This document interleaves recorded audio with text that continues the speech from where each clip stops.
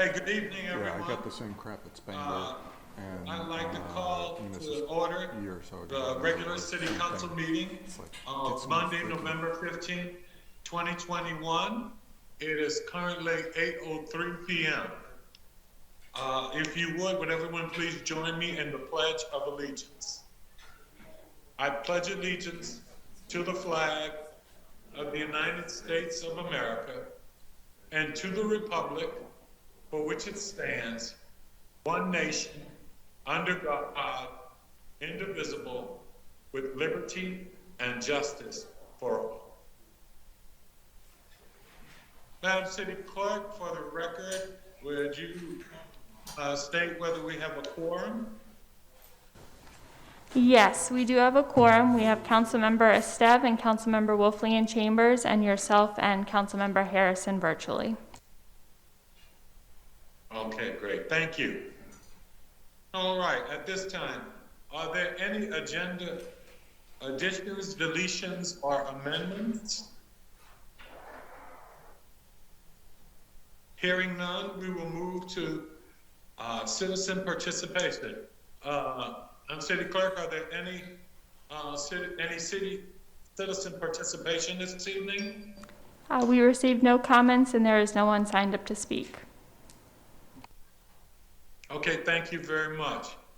At this time, we will now proceed to presentations by the Youth Council monthly presentation. Shalomaya, Griffith Johnson, if you would, please. And Councilmember Harrison, would you like to do an introduction or anything for the youth? Oh, no, they're fine. I think, is Shelomaya in chambers? Yes, he is. Yes. Yes, ma'am. Oh, wonderful. Hi, Shelomaya. Hey. Great to see you. Hi, Ms. Harrison. Hi, Mayor Adams. Hi. Hello, everyone. Another belated happy birthday to you. Oh, thank you so much. I really appreciate that. Well, good evening, Mayor Adams, City Council members, city officials, and constituents. As you know, I am Chairman Shelomaya Griffiths Johnson of the Bowie Youth Council. On behalf of my fellow members of the Bowie Youth Council, I will be presenting an update on what we have accomplished this past month. This report will be relatively short as many of us are approaching the end of the first quarter and are keeping school a top priority. Youth Council members continue to attend city committee meetings as time permits. The Bowie Youth Council Workshop Subcommittee is now co-led by Councilmember Maseko and myself. Again, these workshops will be an effort to help grow our technical and leadership skills within the Youth Council. The Youth Council is hoping to get on schedule with the City Council for a meet and greet in order to establish more of a mentorship relationship with the City Council as well. So we do look forward to working with you all to establish this relationship. So now on to our up and coming events. We will have a special meeting to continue this workshop on our fiscal year 2022-2023 budget, as well as to discuss our up and coming Youth Council Town Hall, which we are hoping to serve as our introduction to the community. So I just wanted to thank you all for your time and have a great evening. Thank you. Thank you so very much, Shalomaya. We appreciate all that you and the Youth Council are doing. Thank you, Mayor Adams. And yes, continue focusing on the end of the quarter. Yes, sir. All right, have a nice day. Thank you. All right. Have a good evening. At this time, we will be moving on to city boards and committees. I don't believe we have anything for this evening. Is that correct? Madam City Clerk? Yes, that is correct. All right. We will now move on to council announcements.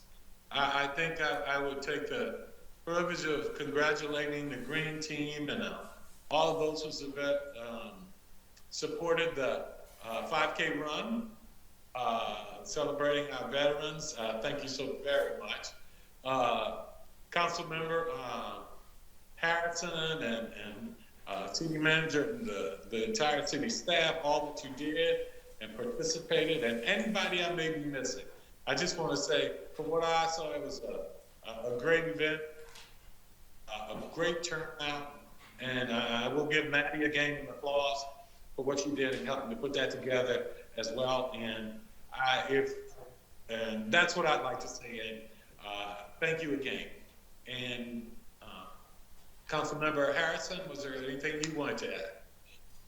No, I agree. It was a wonderful event. I appreciated all the residents that came out to support our veterans.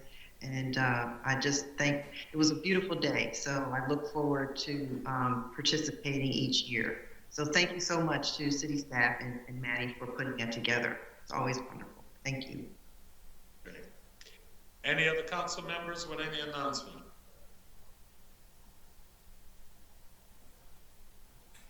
Hearing none, I will move on to the city manager's report.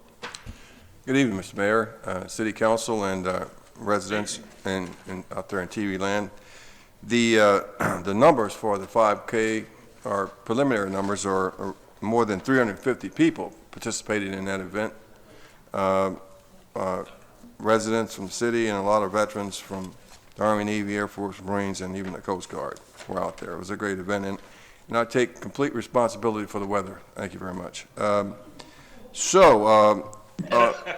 a more serious note, though, one of the focuses of city staff is, of course, is to provide seamless service delivery to residents who have high expectations. And so one of the things that's ongoing right now, we have a leaf collection effort going on throughout the city that's seamless and efficient. I can tell you from the first round through my neighborhood over in Northridge, and that's, for your information, that's a joint effort between the Parks and Grounds Division of Community Services and the Public Works Department to provide seamless service to our residents in a tree city where leaf collection is essential. Also, I'd like to state that we are continuing to recruit competent and top-notch employees in an environment where it's really difficult these days. But as you noticed from my last manager's note, we hired one lateral police officer from another, and we have two new police cadets in the course.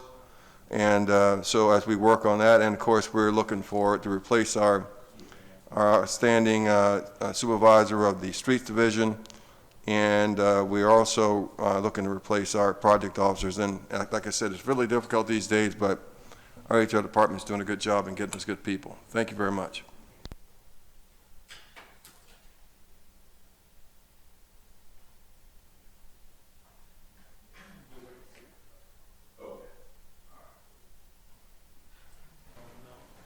Mayor, you're on mute. At this time, we will move on to the consent agenda, and I will entertain a motion. Mr. Mayor, I'd like to move to approve the consent agenda. Second. Second. It's been moved and properly second. In discussion? Hearing none, call for the vote. All in favor, please respond with an aye. Aye. Aye. Aye. Those opposed, same favor. Hearing none, the motion carries. Thank you. We will now move on to old business. Adoption of Ordinance 0-8-21. Well, Mr. Mayor, we've got we're prepared to make a presentation from our code enforcement supervisor, if you're so inclined. Thank you. Please proceed with the presentation from the podium. Good evening, Mr. Mayor and council members. Ordinance 0821 has been prepared to amend Chapter 5 of the Property Maintenance and Housing section of the Bowie City Code. The intent of the amendment is to address both community and council concerns related to property maintenance standards. The most impactful changes are to landscaping of premises and exterior storage. The current landscaping requirement uses subjective language free from being overgrown. The revisions establish and define unlawful overgrowth for clear understanding and enforcement capabilities. The change to exterior storage stipulates additional items that cannot be stored outside and adds exemptions to allow for typical use of residential property, including the location and size of compost areas or compost sites. A question from one of the council members alerted the city attorney and staff to an inconsistency in the building permit section 5-4. So section 1 of the ordinance as introduced was to add driveways and parking pads to the building permit requirements, but it was discovered sections 5-4A and B do not conform with the current building permit practices and requirements. Therefore, to correct this discrepancy, we're suggesting that council amend the introduced ordinance to include the language proposed on the screen, and that is so that section A, 5-4A, instead of, we're going to remove the second sentence that it says it is illegal to erect a building sign or other structure or install a driveway or parking pad without first obtaining a city building permit. We're going to remove that, or suggest that that be removed from 5-4A, and put in section 5-4B that a building permit must be obtained from the city for any construction for which a permit is required from Prince George's County, and for any construction that is subject to a city standard that is stricter than that applied by the county, without regard whether a county permit is required for such construction. We're going to take out in addition, and we're going to keep the county building permit is a prerequisite for issuance of a city permit when a county permit is required for the construction. So this will allow for our current practices of when the county exempts a permit or does not require a permit. For instance, if you replace your driveway in kind, meaning same material, same footprint, it is not required to have a county permit.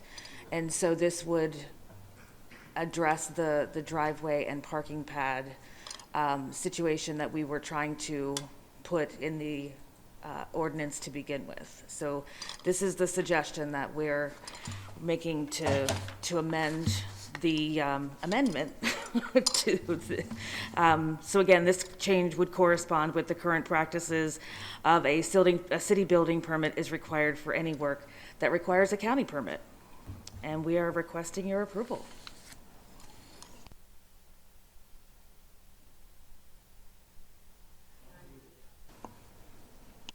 Mayor Adams, you're muted. Any questions for the code enforcement at this time? Presentation? All right, hearing none, I will open the public hearing at this time. Do we have any comments to be read during the public hearing? There were no comments received, and there is no one signed up to speak. Okay, thank you. I will declare the public hearing closed at this time. Are there any other concerns or questions from the council? Mr. Mayor? Yes, go ahead, Councilman.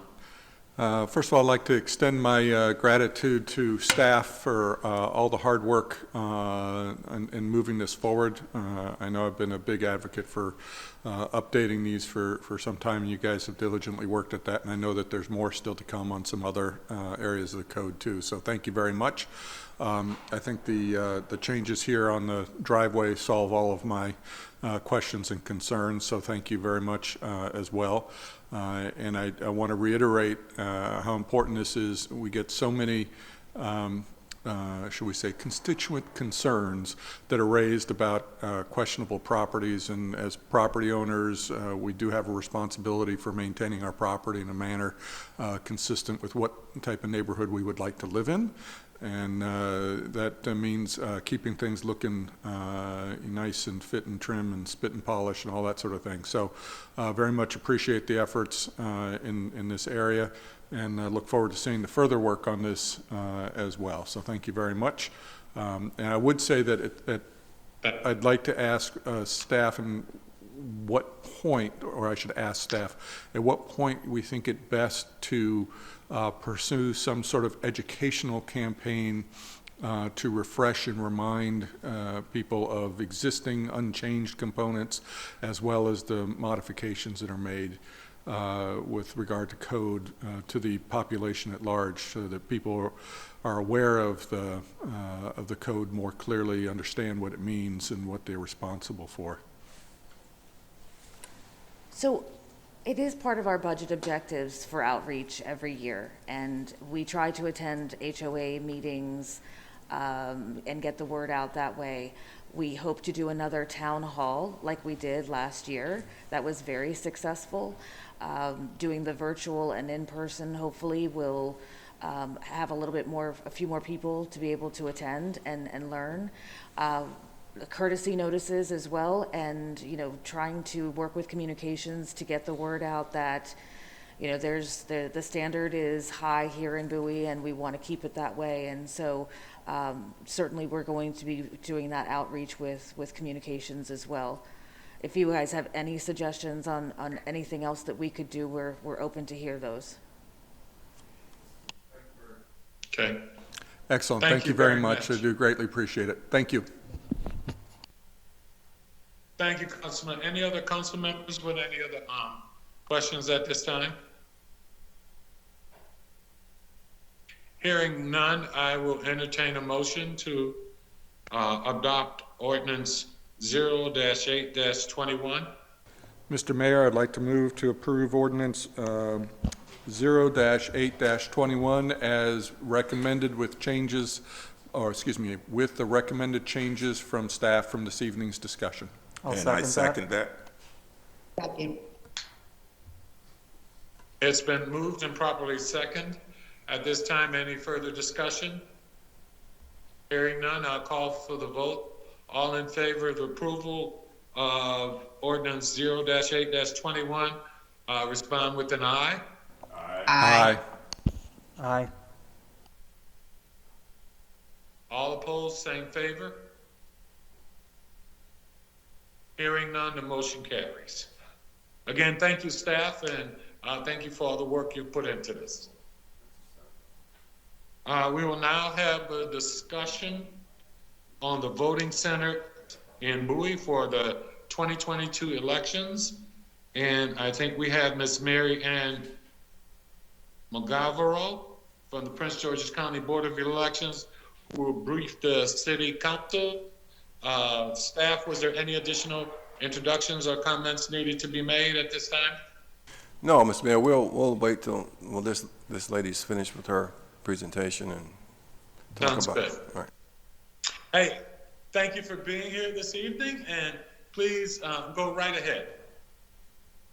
Good evening, everyone. Thank you for having me. My name is Mary Ann McGavero, and I work for the Prince George's County Board of Elections. I'm the Elections Operations Manager.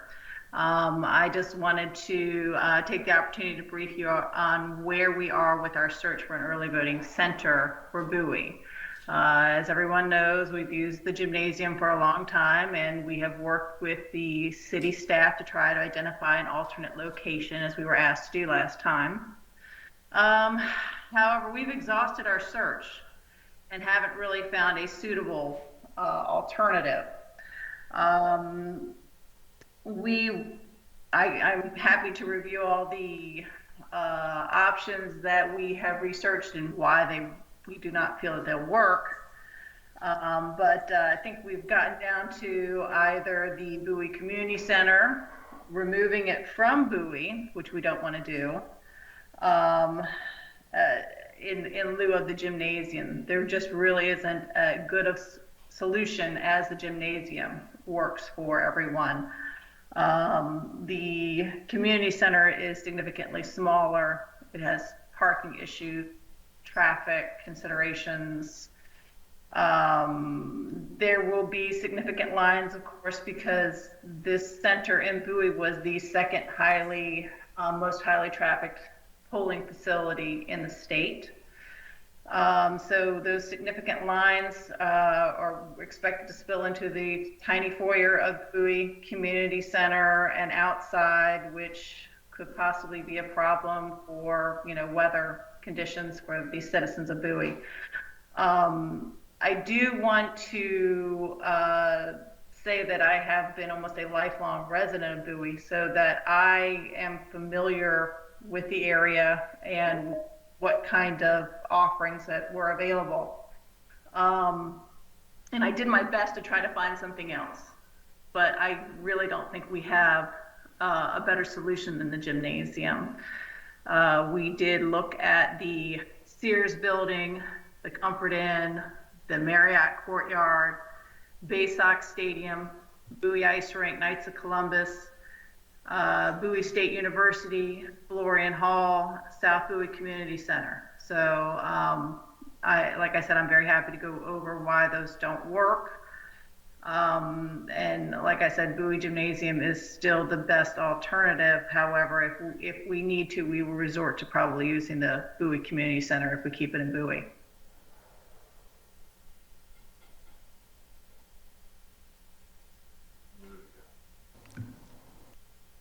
Thank you very much for that. At this time, I know we had asked some things of the city manager to go in because of some concerns. City manager, can you address some of those at this time? Yes, we've been in contact with the owner of the marketplace, and we presented him with some documentation that he's requested, and he's considering possibly allowing for 100 parking spots in the back behind Cheney's tire store near the Bowie Community Center. Also, there is a significant amount of parking available on Superior Lane and other side streets there, and that we could manage if the situation arose. And of course, we would assist with any traffic issue, which is what we do when it's at the Bowie gym, which is a significant traffic problem there. So, and we were expecting to have the sheriff's deputies help us last year, but they didn't show up. But we're prepared to do that, manage traffic wherever it is, if it's in our city. But we have been working with the marketplace owner. He has not given us affirmative, nor has he turned us down, but he is considering it. And of course, I would suspect there would need to be some contact from the county to Mr. Berman too, but we have done our part, I think. But the staff, we're flexible as whatever the council wants to do here, but I would remind the council that what we did last year, what happened before was we approved it with the idea that it would go elsewhere, but staff's flexible if of course, it does take the gym out of operation for a significant time, but that's it. Thank you, City Manager. Thank you, City Manager. I appreciate that. So the one concern that I had was about and it seems like they haven't come back and guaranteed us that yet. But at this time, I know is Councilmember Mayor Pro Tem Boafo on the line? He is actually waiting to be let in. I don't think he's been let in to the meeting. I don't know if Nora Wilda's there, but could you admit him into the meeting? I don't see him in the lobby, but as soon as he shows up in there, I'd be happy to let him in. Okay, well, at this time, and I defer to him because he had brought this to be placed on the agenda the initial time. And just out of professional courtesy, I was trying to do that as the Mayor Pro Tem. But it seems like he's not on yet. We don't have him. No. Okay, well, with that, why don't we go and I will kind of round robin. Any questions from any other staff at this time? I do have a couple questions, Mr. Mayor. City Council. Sir, Mr. Mayor, I just wanted to let you know he's on now. Okay. Okay. Mayor Pro Tem, are you on? Yes, I am, Mr. Mayor. Okay, since you brought it to council, I wanted to give you an opportunity to ask the question, if you have any. Yeah, I have a few. And again, sorry for those in TV land and to City Council as well. I'm in an airport right now, so it's pretty loud on this side. But Mary, can you hear me, Mary? Yes, I can. Great. Again, I don't know what folks have asked and what we've reviewed so far, but let me just get through some of my questions. Have we already discussed why the community center won't work? I'm sorry, I didn't hear exactly what you said. Could you say Yeah, more? I said, have we? Yeah, absolutely. I said, have we already discussed why the community center isn't the best ideal location for the board? Council member, just to bring you up to speed, she's given a presentation. Basically, we've come down to where options were the marketplace, the community center there, the gymnasium as their preferred spot, or moving it out of the city, which they don't want to do. The only, from that we've had, and if I misstate any of this, please correct me.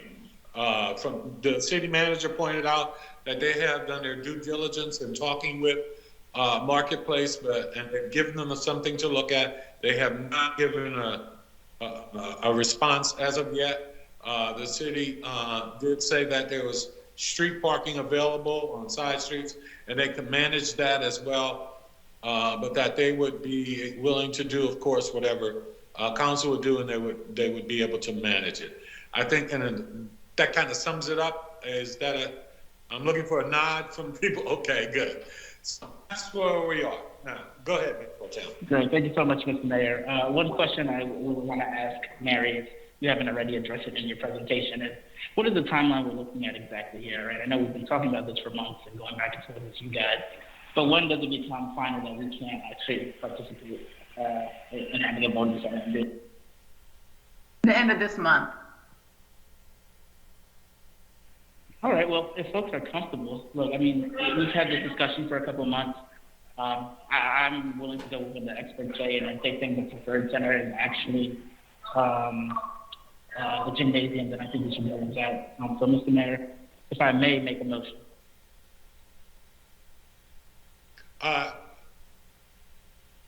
Okay, we'll do that, and I guess if you'd like to, I'll Thank open you. that up for further discussion. Go ahead. Thank you, and again, apologize for the noise. I've been trying to walk through the airport. The motion here is that we keep the voting center at Bowie Gymnasium for the 2022 election cycle.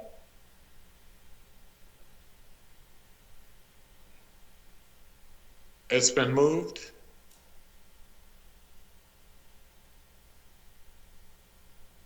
Second. It's been moved and properly second. Let's go into discussion. Any additional discussion? I have a bunch of questions, Mr. Councilman. Mayor. Thank you so much. Please go right ahead. So, this is directed first to city staff. Can you talk to me a little bit about the groups that are disrupted at the city gym or have been disrupted when we've done voting there in the past? Yes, for one, it disrupts the operations of the senior center because regardless of what we do, people seem to park over there, and that affects the senior center operations. Also, there is I guess the volunteers who are there take up all the parking close to the gym, so everybody has to park further away. The electioneers disrupt the operation there. And And in 18 and both 20, we received more than 100 complaints from residents specifically about the situation there. But it has a negative effect on our senior operations, senior parkings, and the traffic is significant there. Also, there is people end up parking over in the town center because there's often nowhere else to park near the center, near the gym itself because of the electioneers and all those people. Okay. This is directed to our Board of Elections representative who's on the call. I assume you're still on. Yes. Did you guys take a look at the Bowie Library as a possible location? I know that one's been used in the past. I voted there in the past when we were doing early voting there.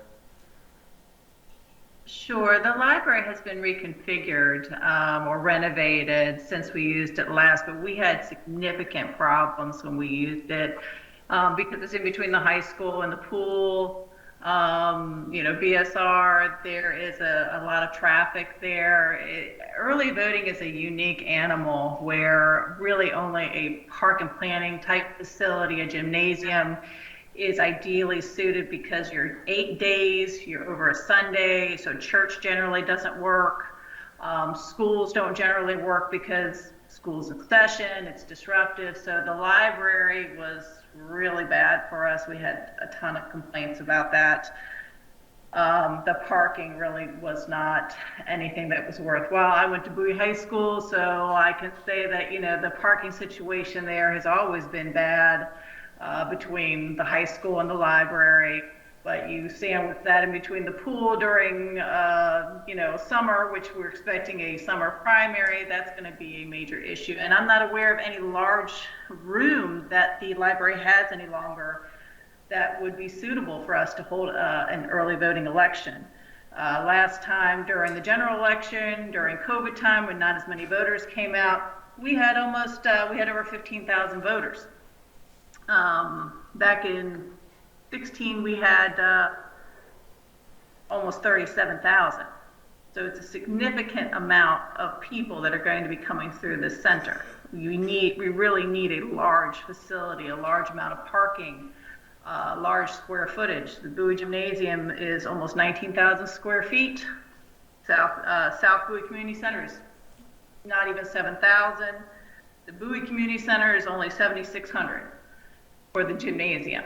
So it's a significant reduction in space for our voters. And, like I said, I'm familiar with Bowie, my friends and neighbors in Bowie. I don't expect that they'd be very happy with the amount of voter traffic that's going to be parking in their neighborhoods to, walk over to either the library or to the Bowie Community Center. Well, I honestly don't know where. I'm not sure I actually agree that people would park in residential areas to use the Bowie Library. I could be completely wrong, but my impression is that the parking at the library is considerably more substantial than parking at the Bowie City Gym. Am I wrong about that?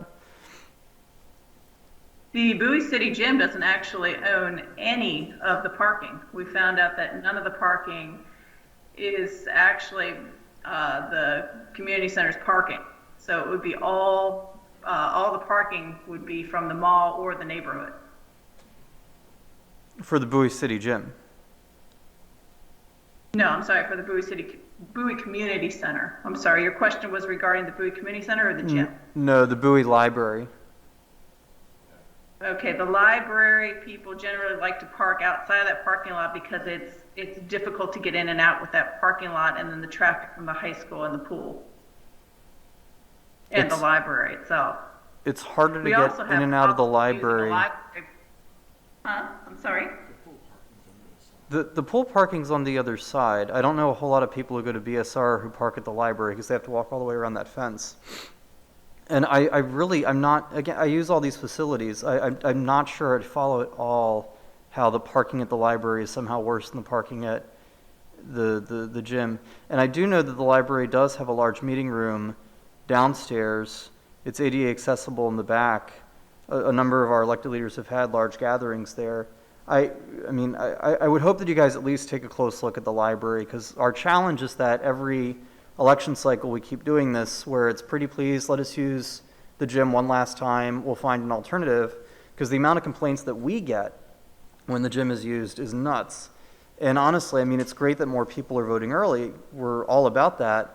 But we feel like it's outgrowing the space, and the space is not designed to handle that level of traffic. We've gotten mixed messages in the past about who's supposed to be directing traffic out there. People want police, they don't want police out there. So I mean, it's for us, the gym has been a nightmare for a long time, but we're starting to now hear the argument, well, we always vote there, so we should keep voting there. But that's not how the conversation's been for those of us whose memories extend more than one election cycle, right? It's always been, you can use it once, find an alternative.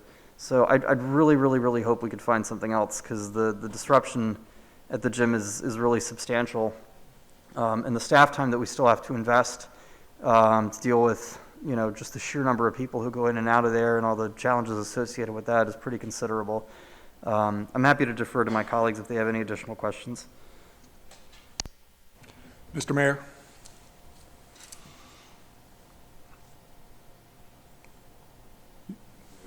You're on mute. I will assume that you're okay with my asking a couple questions. I said, yeah, I'm sorry, because I was trying to avoid the reverb. If you have some questions, go right ahead, Councilman. Yes, sir. Thank you. So, a couple of things. Comment and then followed up with a question for Ms. Mogavero. So, I've had the same experience that Councilman Estevez had, which is a consistent and persistent complaints from our community about the user experience at the gym during these early voting cycles. And I think there are a couple things driving that. But I'll start off by saying that it doesn't just deprive us of use of the gym, it also deprives easy access and therefore to some people use of the senior center. They get frustrated, they turn away, and they don't have a place to park, or they are concerned about all the people that are blocking the way to get back to the senior center, and therefore they get a sense of never mind, I just won't make use of that asset. So it doesn't just affect the gym, it's also affecting the senior center. The traffic has been nightmarish. I've seen it backed up onto not just Northview, but up onto 197. We've had people running across the street. I know when I was voting there one time, I saw a couple of folks running across Northview from the parking lot at the shopping center and almost get hit by a car because there's no real appropriate signalization at that intersection for certainly that kind of flow of traffic, or from the parts of the parking lot that people are coming from. So they take shortcuts, and somebody's going to get hurt there. And I think that also, when I've seen it backed up on 197, somebody coming down that road is going to hit the stopped up traffic as well.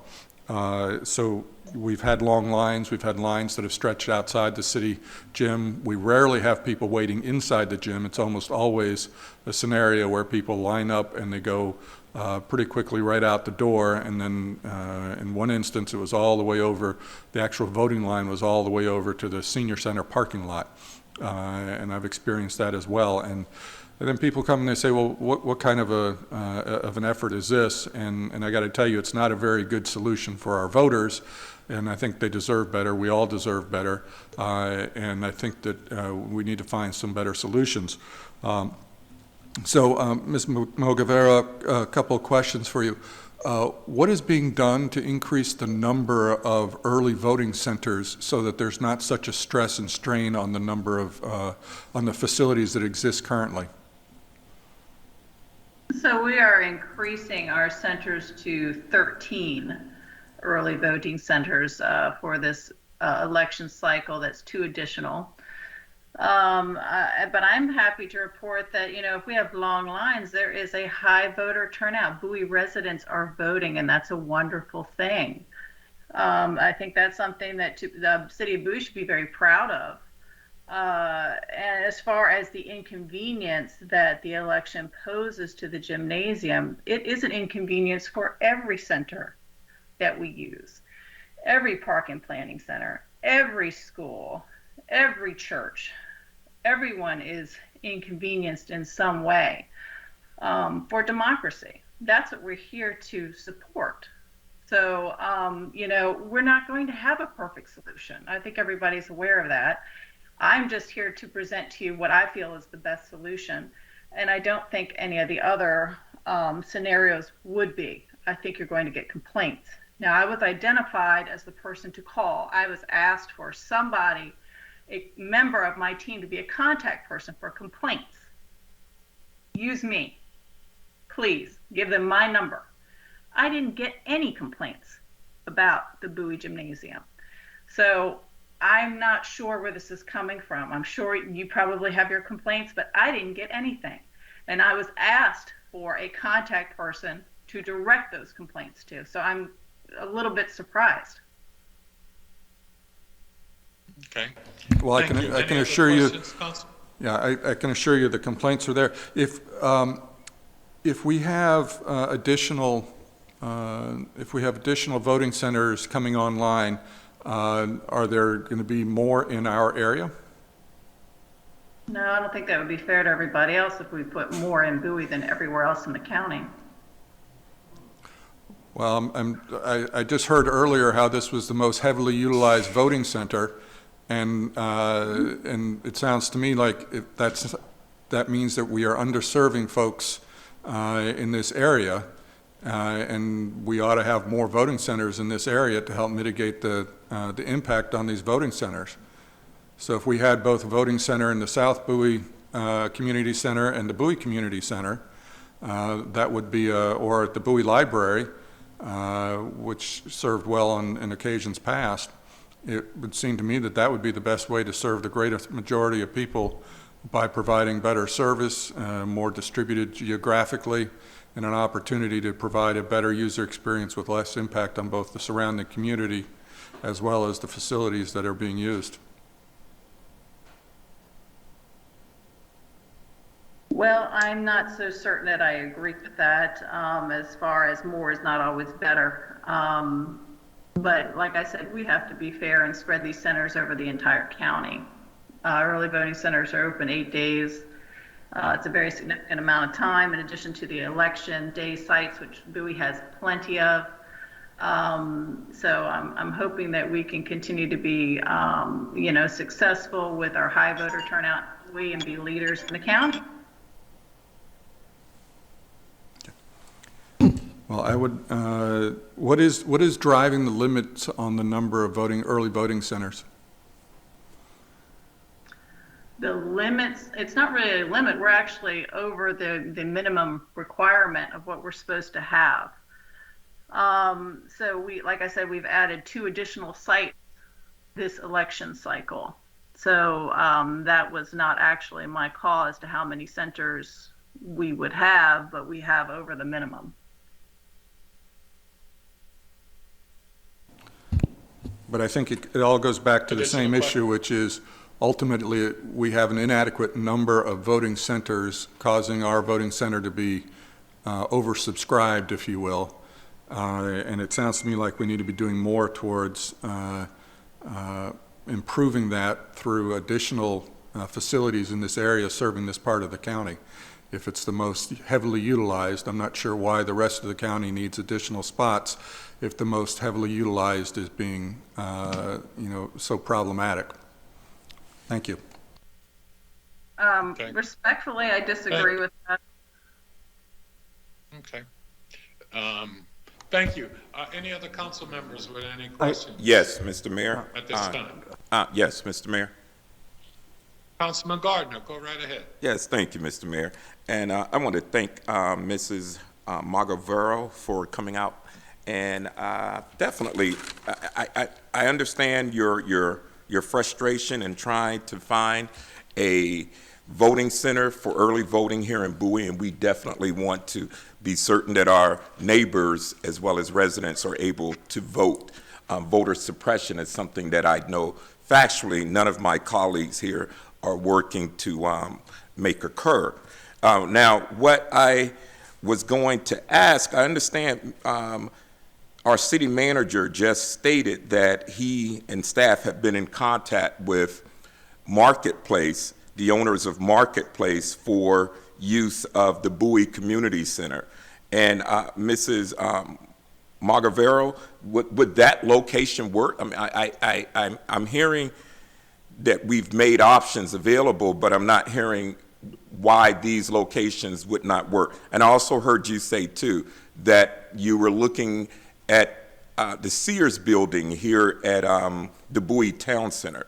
Certainly, there are a number of retail stores that are now vacant with the pandemic having closed a number of stores. Certainly, we can find a location here in Bowie that provides the space as well as parking, something that's easy to, for traffic flowing, that would not put a wear and tear or any of our city facilities.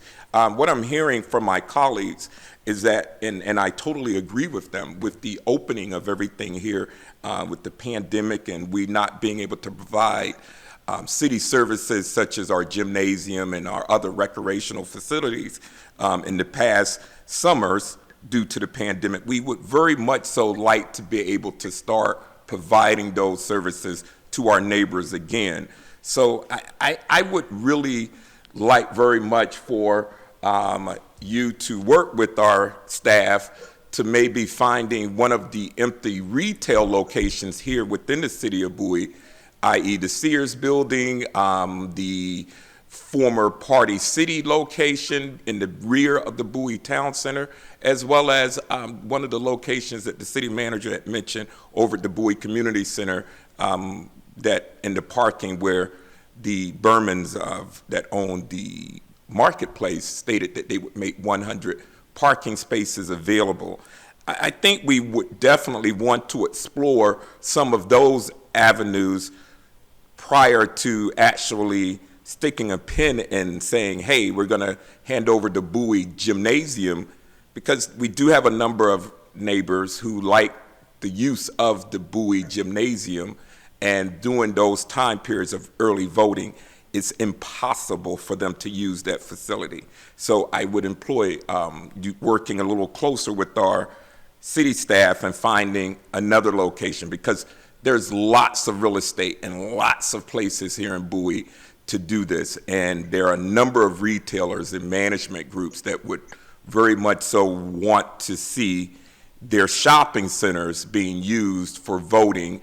And that's why people are voting. They're also buying merchandise. They're buying other items. So I would think that the Washington Prime Group at the Bowie Town Center would welcome such an opportunity to see hundreds of thousands of residents from Prince George's County come into the town center to vote as well as shop. Thank you. Thank you. May I respond? Go ahead, please. I didn't mean to cut you off. No, so I'm sorry. Councilmember Gardner, I agree with you. I would love to be able to hold elections at some retail centers. However, my experience with securing polling centers for now almost 20 years, retail centers do not like a temporary solution in their buildings. We had some discussions with some of the retail centers, point of contact that the city staff had put us in contact with. Unfortunately, communication just died with them. It didn't go anywhere.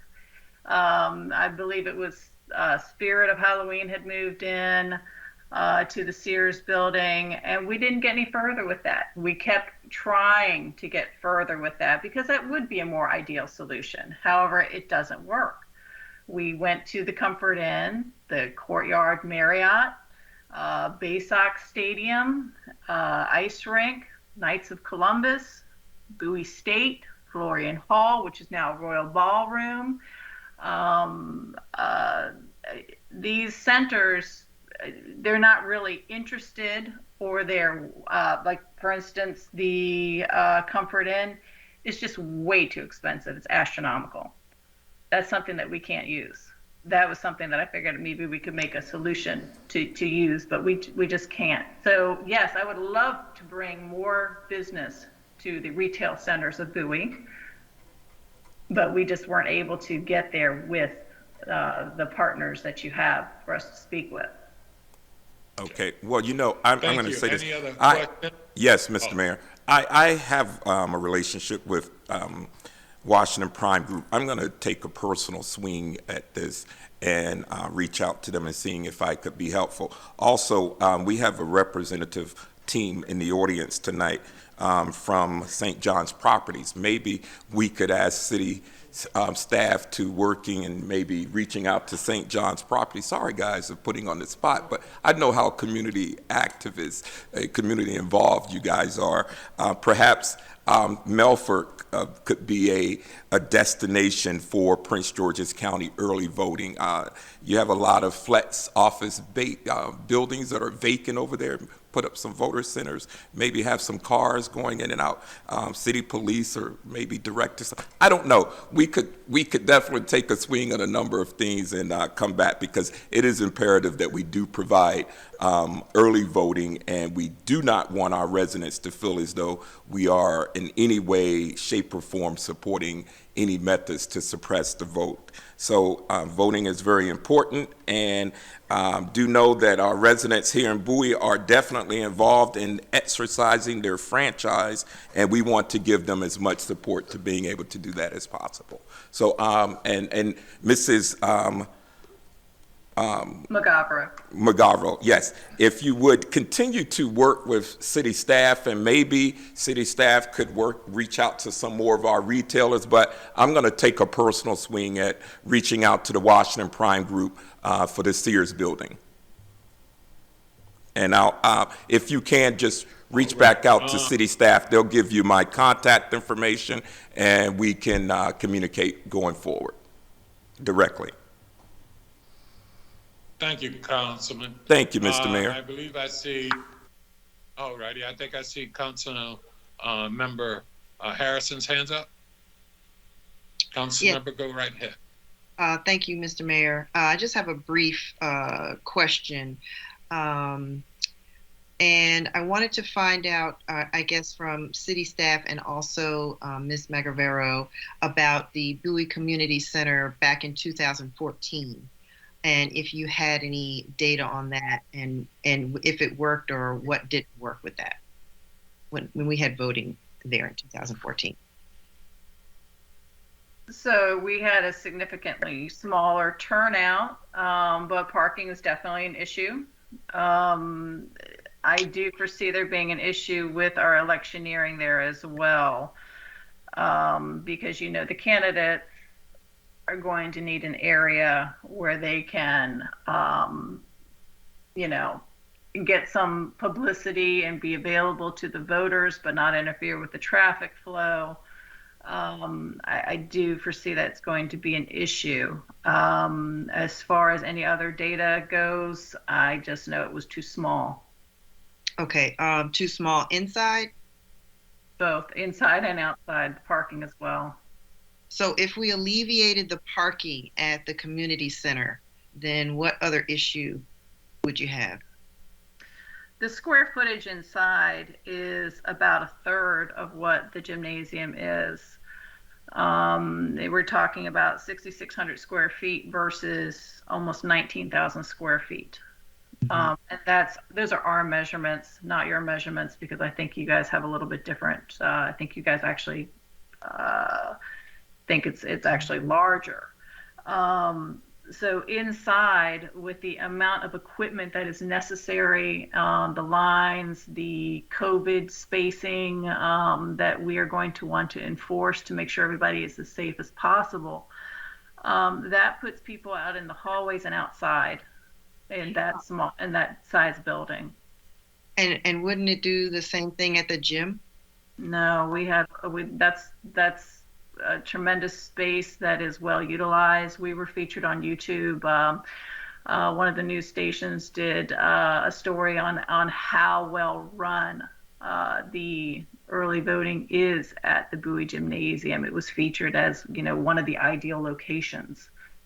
Right. So it's I was at the Bowie gym for the whole time during early voting and on voting day, and I saw lines every day. So, people were complaining.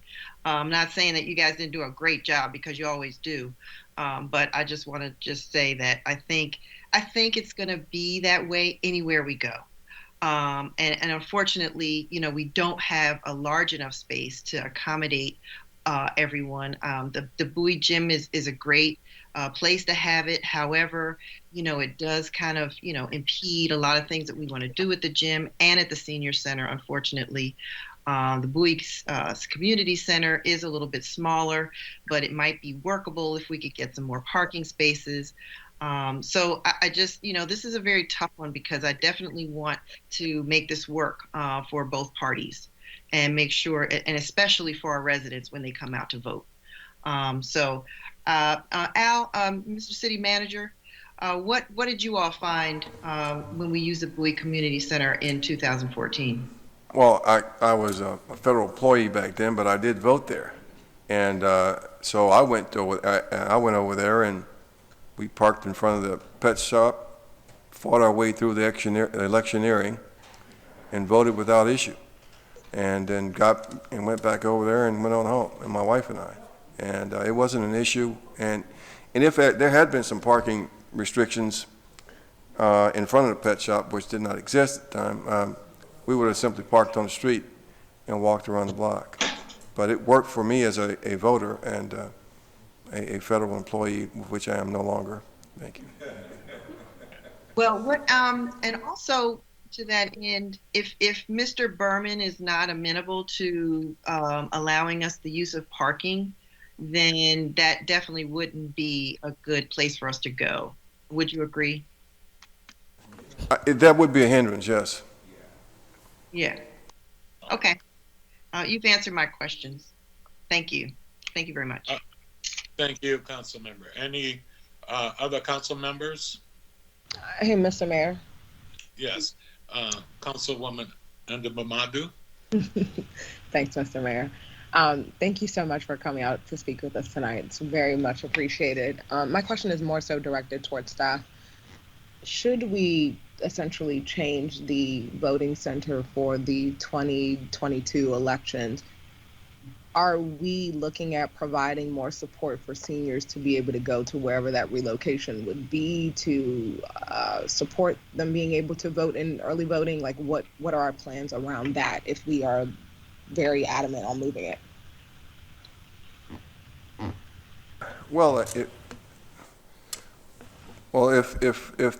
the location isn't in Bowie, is that what you're asking? If it's not at the gym, or if it's at the Bowie Community Center, then there would be no impact on the seniors that I would see. Of course, we do have 6, I believe, buses that we could use to help transport Bowie residents, and we do that all the time. And if that was an issue, we would certainly be prepared to transport Bowie residents, seniors, to wherever the voting site is. Is that currently a part of our operational plans? Well, it hasn't been a necessity in the past, but it's certainly a contingency if necessary. And will there be a cost associated with that? Not from us. We budget for our buses and to do just that, to transport our seniors all the time. Okay, I'm curious around the increased impact if we were to move it and it's somewhere different, and the increased impact of the amount of seniors and the amount of frequency that we would need to transport people. So that's specifically what I'm asking around. If we move it someplace that's outside of the city, that's a longer distance, yeah, there would be an impact in fuel possibly, and maybe some man hours associated with transporting seniors to the voting site, but we could accommodate that in our budget or in my contingency if that situation arose. Thank you so much, Mr. Mayor. All right, thank you. I think before I make my comments, I think Mayor Pro Tem wanted to ask another question, Mayor Pro Tem? No, Mr. Mayor, I just wanted to make final comments. Look, I mean, frankly, this is one of the most bizarre topics we've debated. And let me tell folks in TV land how we got here. In 2020, when we got onto council, we had a conversation about moving the voting center, and we decided to keep it. We asked staff at that time to review all options of where we could put it. We never got anything back. We're back again in a new election cycle, and we're talking about old election sites while the county has proven that the city of Bowie has grown in voting. And yet, for some reason, on this topic, we don't want to listen to the experts who are saying very clearly there's going to be problems when we use other centers. Instead of saying, hey, there's an opportunity here to try to mitigate some of the issues that we have and work with the county, we're saying let's move it to a site that the experts are saying is a bad location. So when folks say voter suppression, while I don't fully agree with that all the time, you can see why that looks a little weird. We have an increase of voting. We have an opportunity to mitigate the issues that we currently have. And instead, what will be a big election cycle, we're saying let's pivot to somewhere else. So look, I mean, this is what democracy is about. These are what the consequences are in some cases. And so look, there's a motion on the table. Mr. Mayor, I'll let you make your final comments, but I find this extremely bizarre. Let me weigh in here and thank you to all our council members and to city staff. And I'd just like to ask a couple of questions, I think, to reinforce from where we were the last time. And I think Councilmember Harrison hit on that really significantly just now when we were asking that. And that was, one of the things we asked was to go out about the parking and see about getting those additional 100 spaces. And city staff has done that. Unfortunately, we haven't gotten a response back from the shopping center group on whether or not we could have those 100 spaces. And so that kind of still leaves us in a position, and again, Councilmember Harrison, if I'm misstating what you said, because I think we agreed 100% on that, is what I have to say is, and I think we all shared this, and I think I said at the last meeting, I am not comfortable with the parking on the street for our seniors and others, and those who may be coming with kids and all of those things. And I trust our police department. I think they will do a good job, but I'm just not comfortable asking our residents to park on the street. So that becomes my biggest concern about that. As we look at the inconvenience, and I understand that also from what we do to the senior center and to what happens with the gymnasium and all, those are real. The inconveniences it causes to people are real. But I think the lack of parking spaces confirmed at this point, the risk I feel about our residents having to park on the street to vote, and even how that community might feel with all of those people parking on the street. Now, again, I trust that our city staff and our city police could do a good job, but I'm just not very comfortable with saying, let's go to the community center when we don't know that we have adequate parking for our seniors and for our citizens as a whole. I'll be very candid. I'm not crazy about disrupting city services with the senior centers, with the gymnasium, or any of those things. I'm not. Also, I think paramount to that is the safety that I'd like to make sure of, and the thing that goes there. So that's my concern. I was hoping that we would have an answer because the parking, I understand what you're saying about how long the lines will be, because the shorter, the smaller the space and all of that. And again, I think like the council member and several others have said, trying to find that right balance. But for me, the safety of the residents when it comes to parking and where they'll be is my biggest driver right now.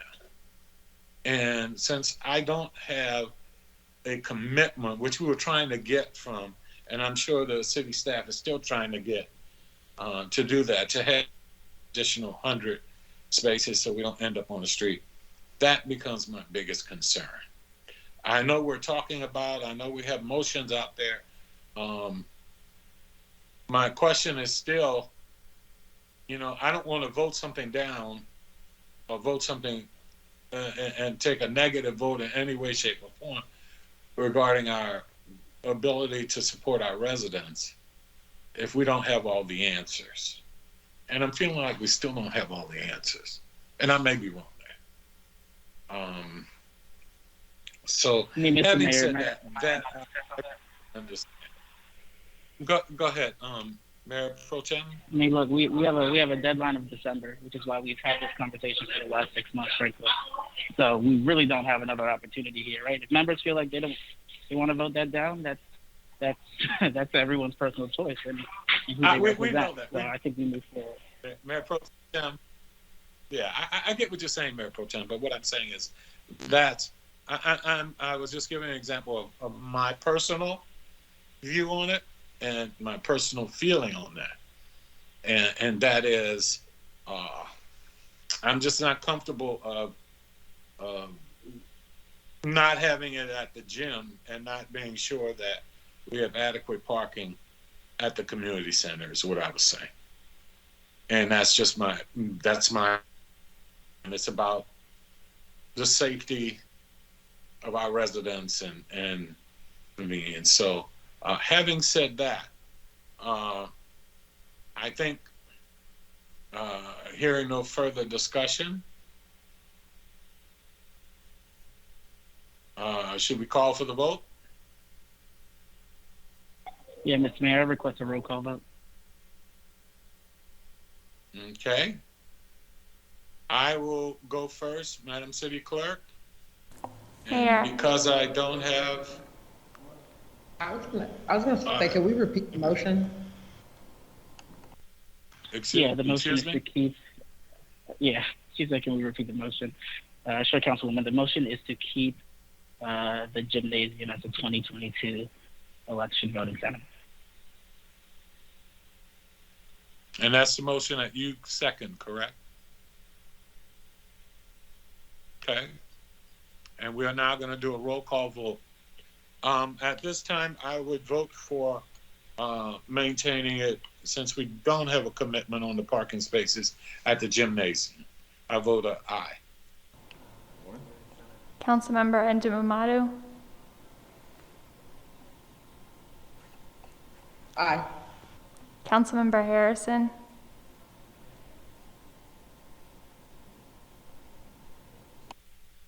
you're muted. Mute. I'm going to pass it this time. Come back.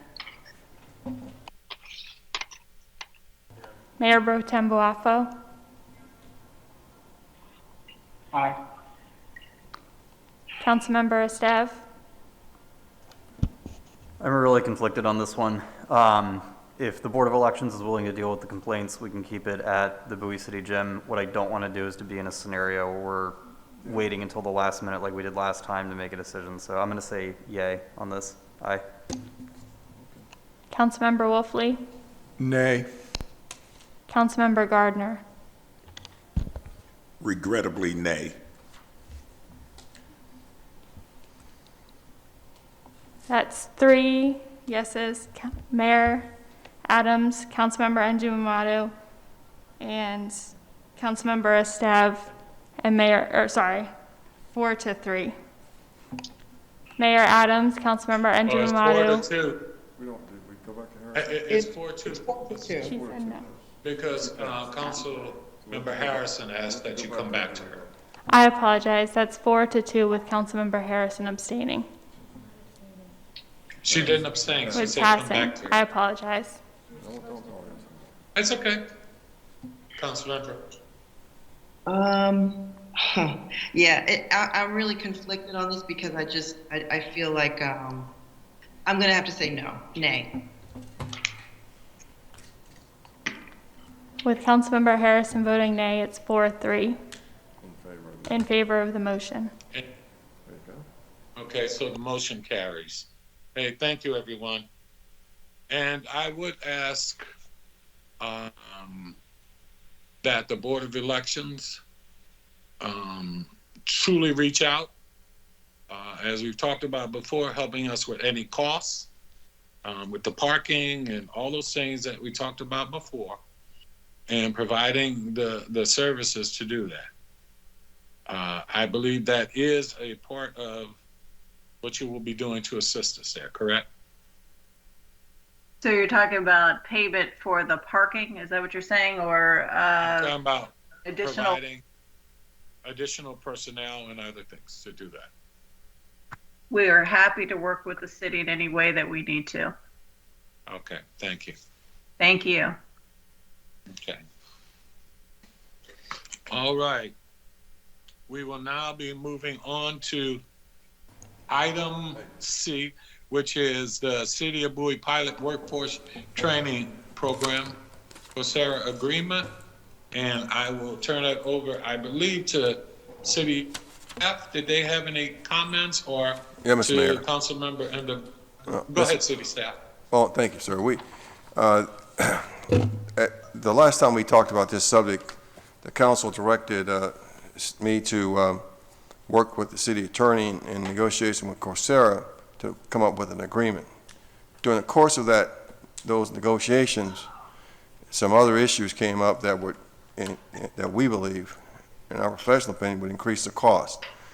I direct your attention to a memorandum that we put in the packets. It's subject to City Pilot Workforce Training Program, follow-up on QUORUM's agreement and budget requests.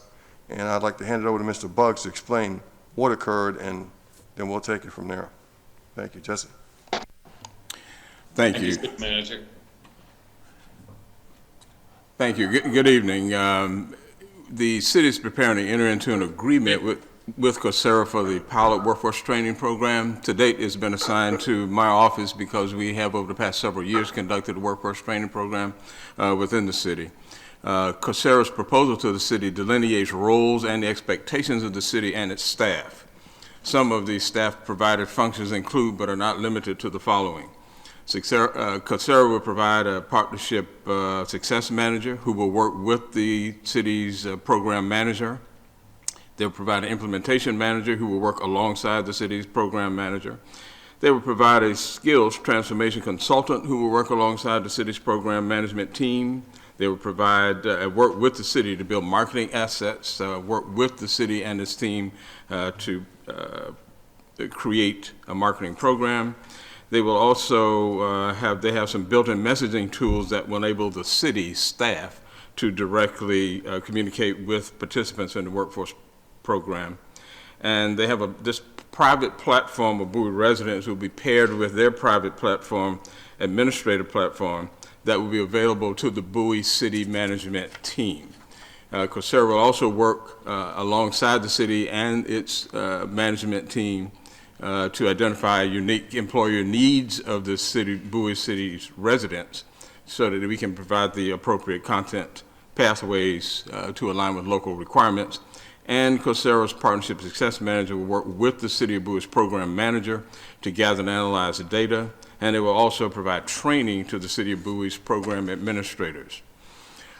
Since staff is not budgeted for any of these roles and or functions, the city managers provided you, the council, with a memo requesting resources to design, implement, and manage the pilot. While there's no guarantee that residents will fully subscribe to any program, the probability is closer to zero of even modest participation without the requisite resources to engage in activities like the pilot program. With that, I will turn it over and ask the city manager to engage you for further discussion as to our next steps. Thank you, Jesse. So the reason I brought this back to the city council is that, based on the direction I received before, is that I had the authority to spend the $50,000 to get the licenses and no more. But we've identified a need for 3/4 to an FTE to put in either in the director that Jesse runs, or some other aspect of the city if I choose to manage it differently. And also, there's a need for marketing services, to including mailings and advertising, which we're not staffed for. We are communication specialists, and that's marketing and advertising is a different expertise.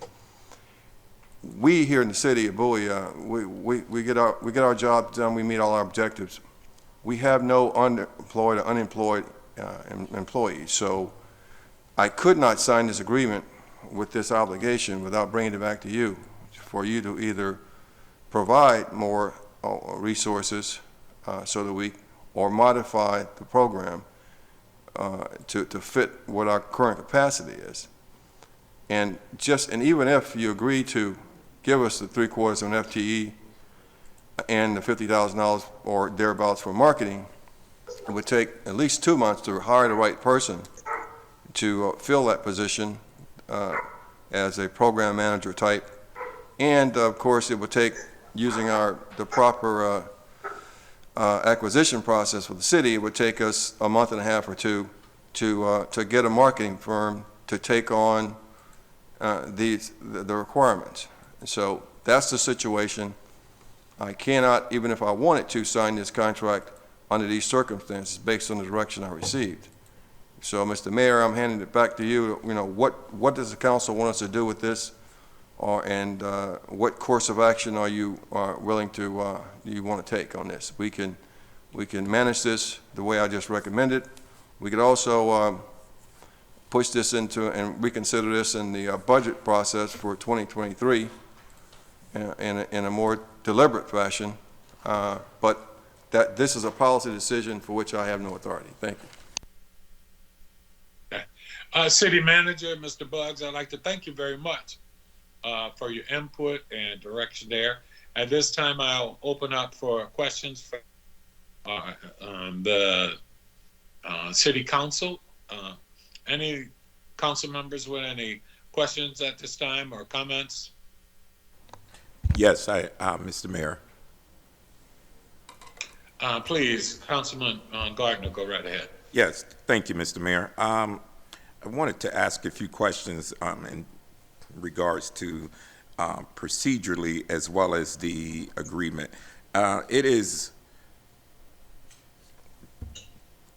This item was brought to us by Councilmember Endeavor Madu, and I haven't had conversation with her previously about this as far as providing job training services for our neighbors, our residents here within the city of Bowie during a period to where many of them have been without work due to the pandemic, and many people are looking to transition into other forms of employment.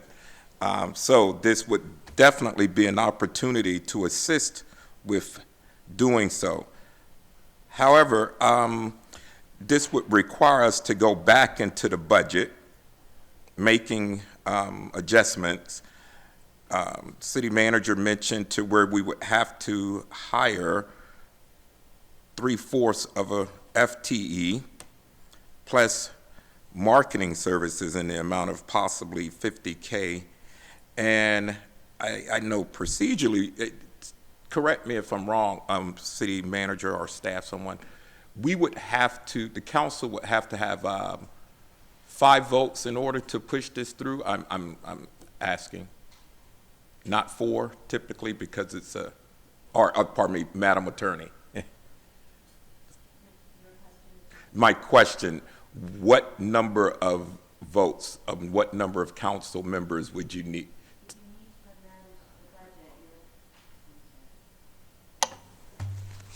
If you need to amend the budget to accomplish the one of the solutions that the city manager has outlined in his memorandum, that budget amendment would have to be done by a 2/3 majority. But the motion that I think that he's looking for this evening isn't itself a budget amendment. That would have to come to you by separate. Okay. By separate action. Okay, so. One would cause the other to happen, though. Correct. Yes. Okay, so one would cause the other to happen. Okay. I hear all that's being offered or what we're looking to provide services to our residents. I just, at this particular time, do not wish to go any further into the budget and making any sort of adjustments, because one would have to trigger the other, and that would require my supporting an amendment to the budget. Thus, we're talking an FTE, we're talking the program itself, then the marketing. So we're looking at somewhere around $250,000 or more. And this is just my rough math. I can't support this at this particular time. Maybe we can look at it at the beginning of the budget cycle. Thank you, that's all. Thank you, Councilman. Any other questions or comments from any other council members at this time? Mr. Mayor, if it's okay, I'd like to go last. So I'd like to give all my colleagues an opportunity to go, and I'll go back. Okay, are there any other comments or questions at this time from any other council members?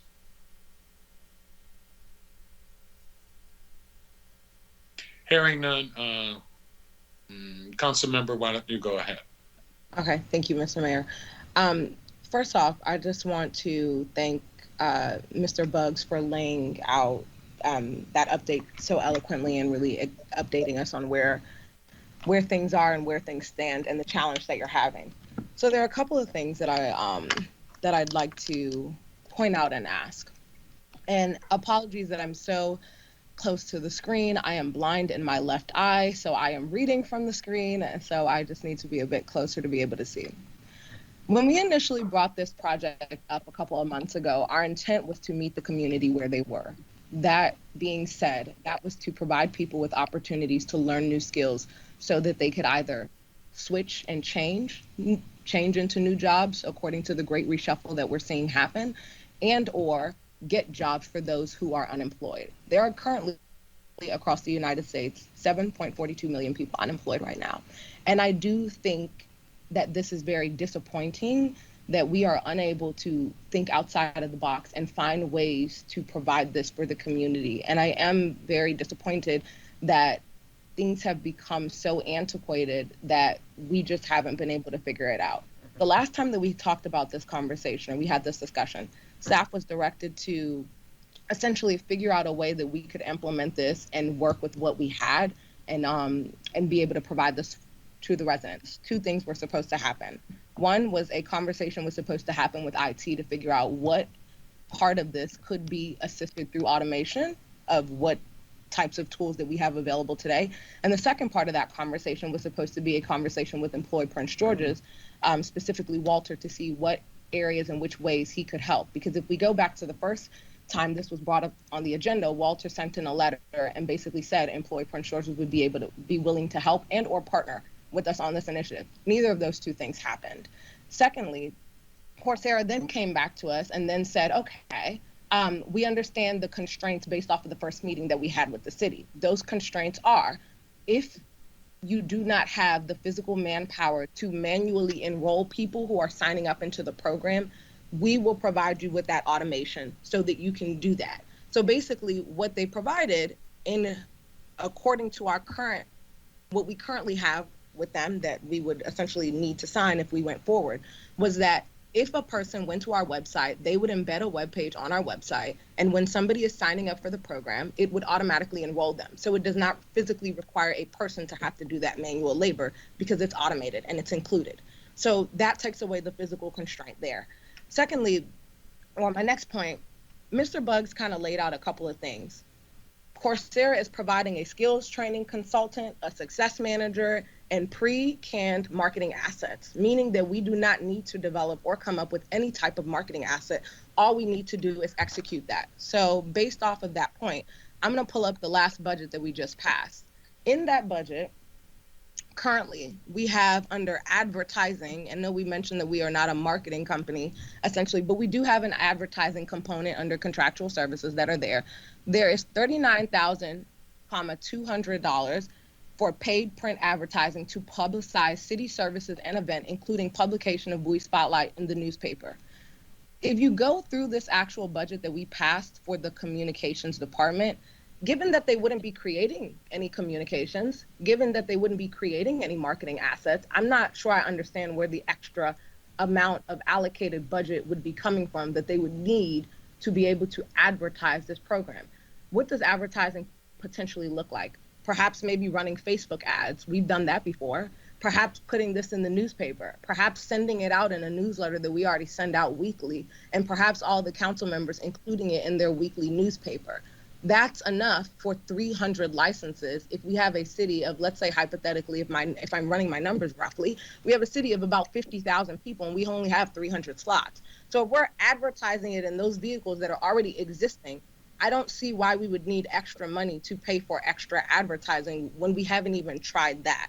Okay, now that we've moved on from that point and we've talked about all those other areas in the budget, Coursera would also require us, and I think this is specific to, I don't even think this is specific to Coursera, I think this is specific to any workforce development program that we would do. They also provide us with a success manager, meaning that we would meet with them monthly to be able to discuss and track the metrics of the program, meaning that they provide us with the metrics and all the data points, and that we track that and basically see how the city is doing, how our residents are doing, what they're learning, whether it's being successful, and just honestly gathering more data and information as to how we can continue to meet the community. I don't understand how we don't have somebody on a 400-person staff that can do that monthly. That doesn't really make sense to me. And I'm not saying that, and I'm not alluding to staff is not trying to do it or doesn't want it to happen. I'm not alluding to that. I think that there's a very specific way to how we have implemented services and programs for many, many years, and that does not meet the times that we're in. I don't really understand today what an additional FTE would need to do for a 300-person program that is completely automated and completely online and is a SaaS product, software as a service, meaning that it's software embedded in a cloud that's online. I don't understand what hiring even a part-time person, what would they be doing?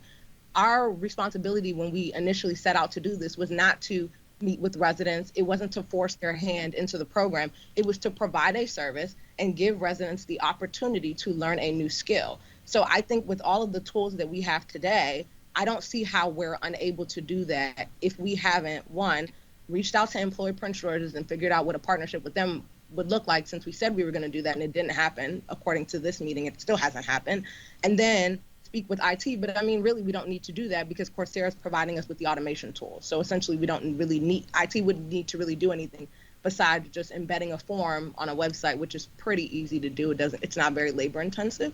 So I guess I'm just having trouble understanding what exactly, why is this program costing so much, given everything that company, I mean, not that company, given everything that comes with the program currently today, the perks and the benefits that come with the provider that we have chosen, and the minimal amount of things that we need to create, meaning we don't need to do anything to enroll people. We don't need to create marketing assets. They are already created. And we don't need to do anything for the customization of the program. In fact, Coursera actually will take our data and our trends based off of our municipality, which is the city of Bowie, and tell us and recommend to us what are the skills that people are most looking for. And it's up to us to just approve the content that goes on the webpage. So I'm having a little bit of trouble understanding why it's so difficult for us to move forward with this, and why it is so difficult for us to find a path forward, and why we easily and so quickly turn to, oh, we need more money. Oh, we need to hire another person,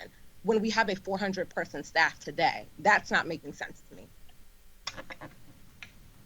Thanks, Mr. Mayor. Thank you. Mr. Mayor. Oh, Mayor, sorry, Mr. Mayor, one last thing. My personal recommendation is essentially staff still feels like they're in a place of a slight, what is the word I'm looking for? Not very confident in moving forward the way that it is laid out today. My recommendation, which we said the last time, would be to reach out to Employ Prince George's and see which ways they'd be willing to help.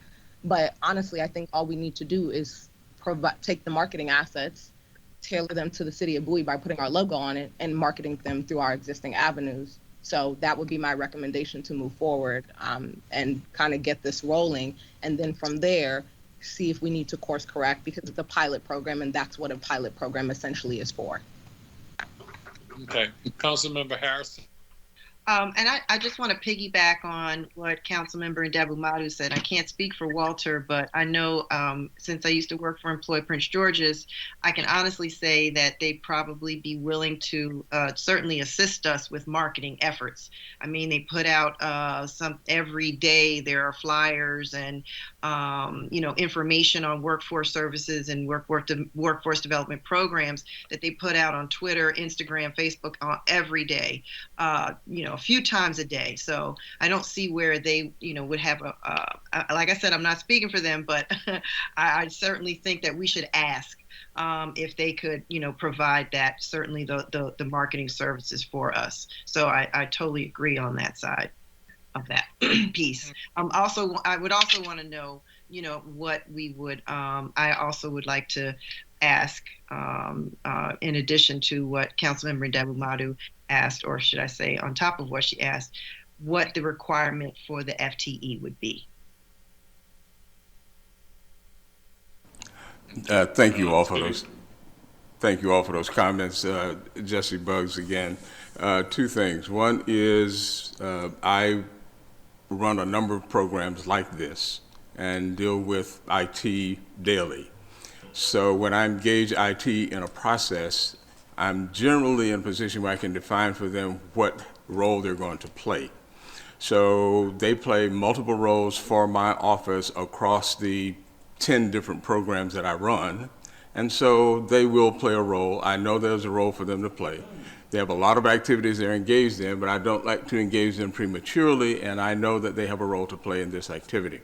And so once I'm able to tell them what that role will be after having discussed it with the client, in this case Coursera, then I can bring them on board. So I have talked to IT. They are comfortable with whatever it is we decide that's what they're there for. They will play that role. Secondly, I have talked with Walter. And in talking with Walter, I understand that Walter is running these same programs and as well as about 50 others that he's trying to gear up. Actually, he was on television today with several programs he's running. And I know that they will do whatever they can to be helpful to us, just like Bowie High School will and the newspaper, anybody else will. So there are roles for all of these entities to play, and they will engage at the time that we need them. So yes, our IT department, I've talked to them. Yes, I've talked with Walter. Yes, Walter will do whatever he can as we develop a marketing program and roll it out. The other bigger thing I think we need to discuss is, as I was saying before, the firm expects to work with staff, administrative staff that does this stuff. My experience is that canned programs, canned relationships, canned activities always need to be modified and adjusted, both between the parties who are the consultants and the staff, and then communicated to the public. So I know for a fact that we will have daily communication and contact with the public asking questions about this program. So as soon as the city manager makes a decision about who he wants to run it, how he wants to run it, what he wants to do, then all of these things can be engaged. But the bottom line is this is an excellent service. It's the way of the future. Coursera is absolutely the best firm probably in the whole planet to do it. It is just that when you add activities like this, I have an engineering computer science background. What I'm saying is, yeah, I can deal with them, but I run 15 programs. So I don't have the staff right now to do that. So whatever the city manager decides based on what you decide tonight is how we will take this forward. So everything that you've said, I agree that in theory, it all is perfect. However, the practical What would the FTE be doing? Tell them that. the practical side of this equation is we do need somebody that's going to be on top of this every day as a daily management function, and I'm sure they're going to be coming to me back and forth to help them deal with these issues and problems that come up with the public, but I just don't have the staff to actually manage and run this relationship with Coursera, deal with the public, work with the internal staff to develop the mechanisms through through the outreach and communications with the public that is required at this time. I will be running a workforce training program funded by HUD at the very same time, marketing for people to come to that program. At this very same time, we're rolling this out. I will be rolling out a new home buyer assistance program with down payment and closing cost assistance that council approved at the same time in the next few months here, as well as a housing rehab program and others. So what I'm saying is, all of the issues that you have raised requires a practicum to be associated with it. And for me to do it, I will just need resources. Maybe he can, take somebody from another staff and assign them to me to work on this through the pilot. The pilot is 1 year. We can, however he wants to get it done, your directions to him will be his directions to me and other staff so that we can try to accommodate you. Mr. Mayor, do you mind if I just say a brief thought? No, go ahead. Thank you so much, Mr. Buggs. I think you are spot on. I think, I think you're spot on with a number of things that you said. The only place where fundamentally I disagree is somebody who's been doing this for years and has been working for tech companies like Coursera and has had many federal government customers and worked on projects like this. From experience, not all of those entities have a person that manages such an initiative. And I do believe when you talked about the way of the future, yes, there does need to be a point of contact for Coursera, but to say that there needs to be a person that is on this day to day, I disagree with that fundamentally. And I think that if that is the approach and the organizational design that we are going to have as a city government, I wonder how successful we are going to be with the growth of our population, the way the world is changing, and how technology is rapidly innovating the way that we work going forward. And so I disagree that we need to have somebody, a person, a physical body on this.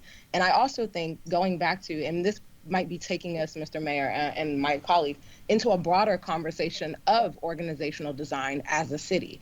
To my understanding, we have multiple departments. So Mr. Buggs should not be doing this by himself.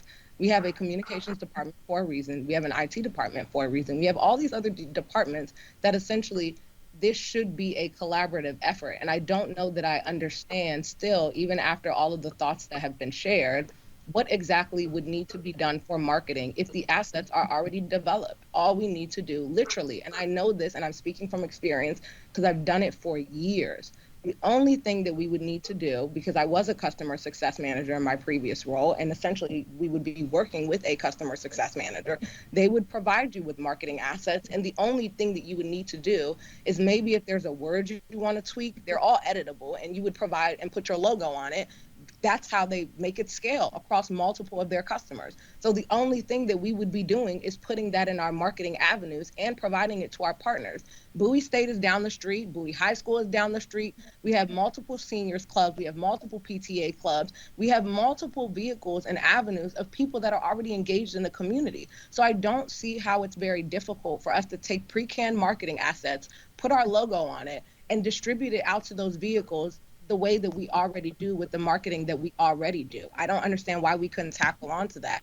And moving forward from that and building on that, like you said, Mr. Buggs, we could reach out to Walter and say, hey, this is a program that we are running in Bowie. Could you include this in your marketing assets? Because at the end of the day, we only have 300 spots and a population of plus 60,000. So it doesn't really make sense that we're kind of going on and on about marketing efforts when we only have 300 spots. And so I think being modest with the way that we market might be something that we want to be mindful of here to see kind of the success of the program. But I think that we are basically kind of getting ahead of ourselves a little bit here. But and also at the same time, and I spoke with Coursera as well, and I'm speaking from experience, speaking with a customer success manager once a month for 1 hour, I don't see why at a staff of 400, we can't do that. So I think, like I said before, Mr. Mayor, I think this brings us to a broader discussion of organizational design and the way that we distribute work. Because look, we're going to run programs like this and for the foreseeable future. I mean, I know I'm still elected. So for the foreseeable future, there will be programs like this that will keep popping up to meet the demands of our community and the changing times that we're in, to be able to provide more resources for people to find opportunities and to be able to keep upskilling themselves. We just passed Rosetta Stone. That's another thing that we're going to do. So these initiatives where we work with outside entities and entities in general that provide great benefit to our community are going to keep coming up. So how do we meet the times and reshuffle, whether that's think about the way that we're designing our organization and the way that we promote efficiency to meet the times and meet the community where we are? Because quite frankly, financially, we cannot afford to hire somebody for every single project that we do. We just can't afford that unless we want, yeah. So that's kind of where I'm with it. Thanks, Mr. Mayor.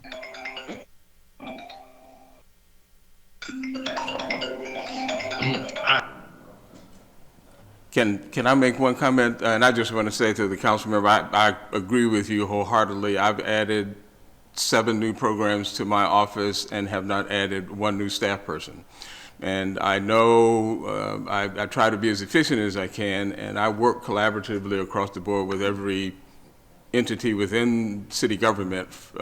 When the police department finds somebody in trouble that's homeless, they call me first.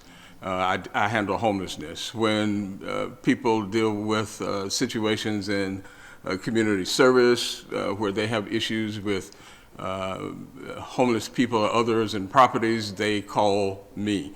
When I can go through every department, so the IT department, community service, police department, and particularly UNA staff, because every program that I do involves marketing and outreach to the community. And we use all the resources that you just mentioned. So we're doing as much as we can. I'm just saying that there comes a point where one cup overflows, and right now mine is overflowing.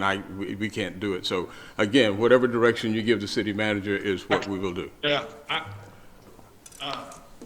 Mr. Buggs, thank you. I think the comment I'd like to make here is I think what I heard from you, Mr. Buggs, is not a matter of anything other than you're hearing that when the program like this comes in, there are inevitably going to be questions. And somebody needs to be able to help, even if it's one individual, a day or a week or whatever it is, and there needs to be a point person that they can turn to get some kind of answer for that. I'm going to take this in steps. Is that correct from you, Mr. Buggs? Yes, that is definitely one aspect. Okay. So now my question would be, and I understand that, would be, as Councilmember Ndubamadu as well as Councilman Harrison stated about being able to talk with workforce development, we may want to ask and see if they can provide someone to be able to help us with those questions, which would mean, Mr. Buggs, that additional overflow would be taken away. We would use, of course, Sarah and what they have, but actually just see if we could use workforce development as for someone to be a point person for us. Councilmember Harrison, because you work with them, and Councilmember Ndubamadu, does that seem like something they would be willing to do or could do? Councilman Harrison, I'd ask you that first, I guess. Yes, certainly for social media efforts, promoting the program on social media, they'd certainly be willing to do. Okay. Mr. Mayor. Yes, go right ahead. You know, the city government here in Bowie is the most efficient government operation in the region.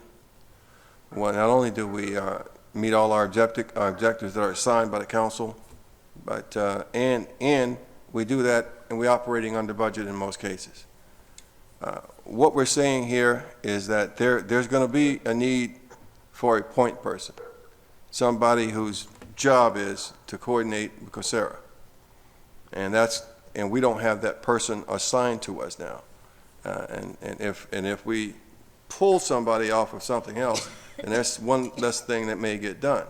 I mean, we do operate within policies and personnel policies within the city. Jesse's got a person that manages a lot of things. If they become the primary person for QUORUM in this operation, then something won't get done over there. And the same thing in communications. Our communication staff is very efficient, and there's a tremendous communication load and on there. But given the assets, we can get the job done. That's all. And in any case, in any organization, in my 40 years plus I've been in charge, successfully managing organizations, if there's an assignment, there has to be assets to support it. Otherwise, something has to give. Now, we can take it on without any assets, but then there'll be a managerial decision when a critical person cannot do something else when they've been pulled and now assigned to this. It's fine with me, but I just want to let you know what the circumstances are. Yeah, City Manager, I think we're all on that same page there. And the point I was trying to make is to see if we could get that additional asset, candidly from the workforce development group from the county to assist us, because this ends up being a project, though we as a city are taking it on for city residents, it does benefit the county as well from a workforce development standpoint. Because where our city employees end up working, hopefully will be all over the county and not just in the city of Bowie. So that's what the question is. What I agree with you. I agree with you, City Manager, of what you just said. It does us no good to take on something that we don't have the assets to be able to manage. I get that. And that's why I was just saying if we could leverage our relationship with workforce development, because I think they have a few more resources and may be able to assist us with that point person, so it doesn't have to be Jesse, that we may be able to do that.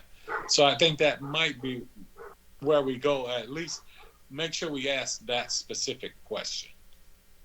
We'll do just that, Mr. Mayor, and we'll certainly do that.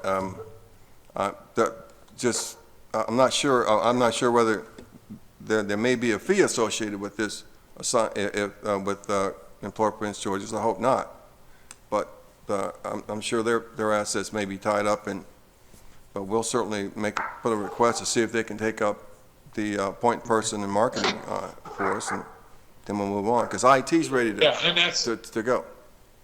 Question. And I understand your point. I do, and I'm just saying, let's make sure we ask specifically ask that question and see if we can leverage that. I just want to add one thing. We do have a timeline to sign the contract the way that it is, and that timeline is by the end of November. So I just want to add that in there for context, so you understand the timeline. When was that timeline established? By whom? Happy to give you a direct call on that. This is coordinates talking with COSERA. Thank you, Mr. Mayor. Okay. Councilwoman Harrison, I think I saw your hand up. No, I just, I definitely would, I appreciate your asking that question, Mr. Mayor, but definitely need to see where, EPG is on that request. The marketing is one thing, but requesting a person, an FTE to work on this is a different question. So definitely, I know city manager said he would go back and ask. That's all I just wanted to make that point. Okay, great. So if we could, city manager, I know we have a timeline. I think that might be the best thing for us at this time, and we take a look at that. And if you could just let council know what they might be. And I'm gonna overstep my bounds a little bit and say, Councilmember Harrison, from your having worked there, if there's anybody you can help us talk with about helping our residents in the county with this, we'd greatly appreciate it. We'll certainly go back to him and ask that question, Mr. Mayor, and the question and bring an answer back to you all, either in writing if it's affirmative and successful, or another meeting if necessary to present, looking for other options. Thank you. Hey, thank you so very much. Really appreciate that. And again, Councilmember Harrison, if there's any insights you can additionally give us, Councilmember Roxy, please do. All right. That brings us to new business at this time. I'm assuming we can, the council agrees that we'll wait to hear something back and then address it after that. If I'm mistaken, please speak up, everyone.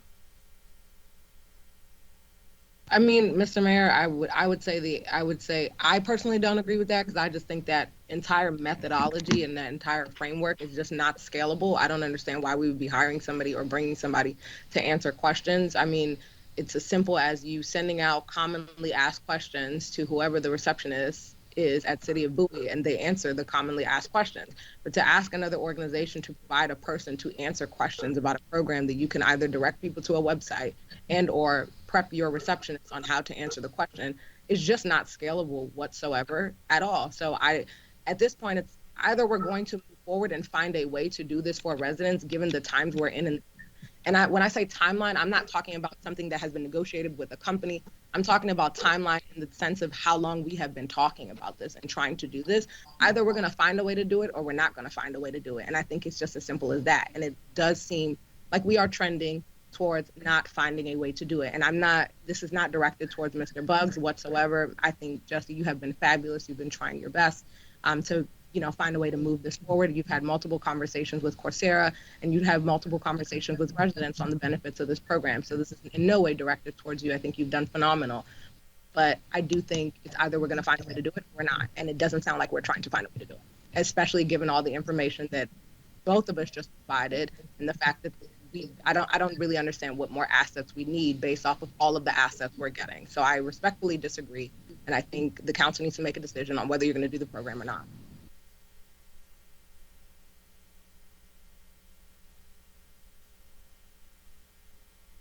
So council member, what is your, do you have a request at this time other than waiting for an answer from workforce development? Do you want to take an immediate address to this now, or?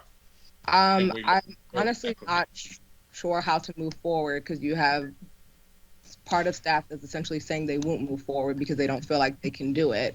And then you have the other part that is essentially saying that you can. So even if I were to make a motion and push the motion forward, and depending on how the motion goes, let's say in theory the motion passes, would, like, you know what I mean? Like, is it going to get done? I don't know. So I'm trying to figure out the best way to set the community up for success. And I don't believe that additional money needs to be spent on this whatsoever. And you have a staff that's saying something completely different. So yes, I can make a motion to push it forward, but at the same time, will it get executed is the question, because it doesn't sound like it will. I think I would again go back to the recommendation. Let's ask the question of workforce and then address it from there. I would feel better doing that at this time. But again, you have a right to whatever your choice is right now, and know that. So. Yeah, I don't know that I agree that it's fair to ask an entire organization to provide a person to answer questions. I think we can find a way to deal with that if we want to find a way. So I mean, I can ask Mr. Buggs. Let me ask Mr. Buggs a quick question. Mr. Buggs, if we were to move forward today as is, what would that look like? Mr. Buggs is out of the room right now. He's Okay, coming. so if We thought the discussion was over. He's coming back. I mean, anyone from city staff can answer the question. I'm not sure what your question. What is your question now? You want to know if you tell us to make it happen with the assets that we have, what would that look like? Is that your question? Yes, that's absolutely correct. Right. Well, most likely, we would have to take an employee off of something else and devote them to this, to make this happen. And we would have to find a lot. I can't spend money, it's not authorized. So we would have to pull somebody off some other communications issue or some other mission, train them up in marketing, because marketing is a skill that has to be acquired. And instead of doing those other things, until we get this established, we'll be doing this, because we will get it done. But as I said before, you know, something will go lacking because somebody will be working on this rather than what their primary function is right now, based on the budget that was passed in July. Thank you for that response. With that being said, Mr. Mayor,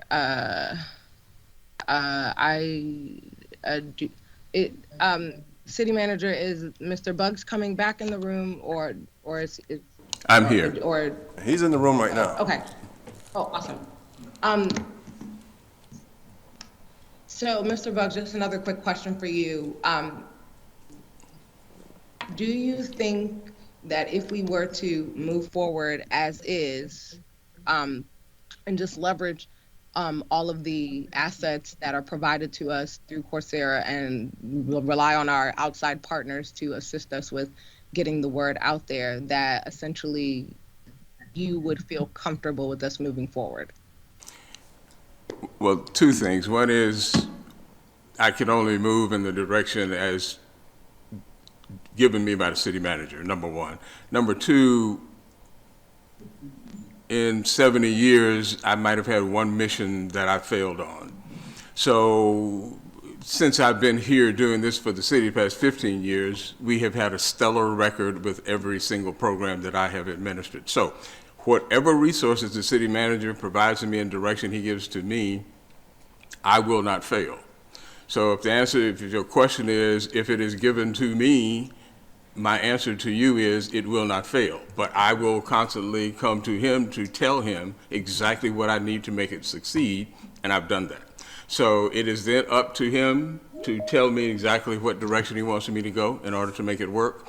As I said to you, this is like you have had experiences. I've had many, many experiences in the same field, in the same area, and have run employment and training programs long before I came to the city of Bowie.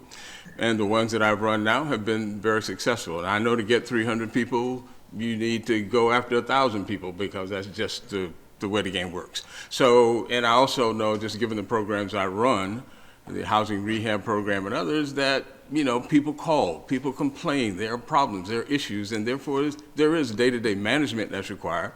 And so I'm involved with all 10 or 15 of the programs that I run, even though I have staff working with them. So the answer to your question is I don't fail. So whatever it is the city manager decides to do, if I'm involved with it, it will not fail. So I just wait on directions from him if that can answer your question. That's about as succinct as I can put it at this point.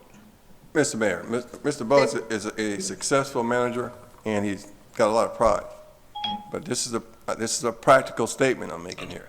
This is a practical. I am a credentialed city manager by ICMA. I'm telling you, if we take this on based on the information that I got from Mr. Buggs with the memo that was in front of us, it's going to add to our workload, and we're going to have to divert personnel assets to get it going. Now, if that's what the council wants to do, fine. But yeah, he won't fail, but we're going to have to make some adjustments when other requirements, so the other requirements don't fall short and we don't burn out our people. That's another issue. We don't want people, we're approaching the holidays, and we don't want to burn folks out. Thank you. Mr. Mayor, I'd like to make a motion. Floor is yours. Mr. Mayor, I'd like to make a motion, and I'll just, let me know if you need me to repeat the motion. I'd like to make a motion to move forward with the Coursera contract. In addition to that, I'd like for city staff to reach out to Employ Prince George's and see exactly what areas they may be able to help. In addition to that, I'd like to make the motion with city staff.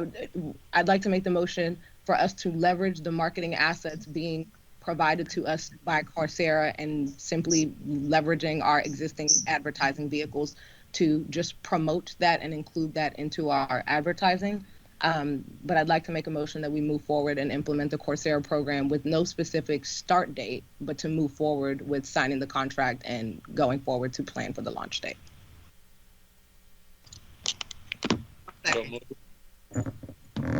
It's been moved and properly second. Yeah, with the conditions that Councilmember Endeavor Madu outlaid for laid out for staff.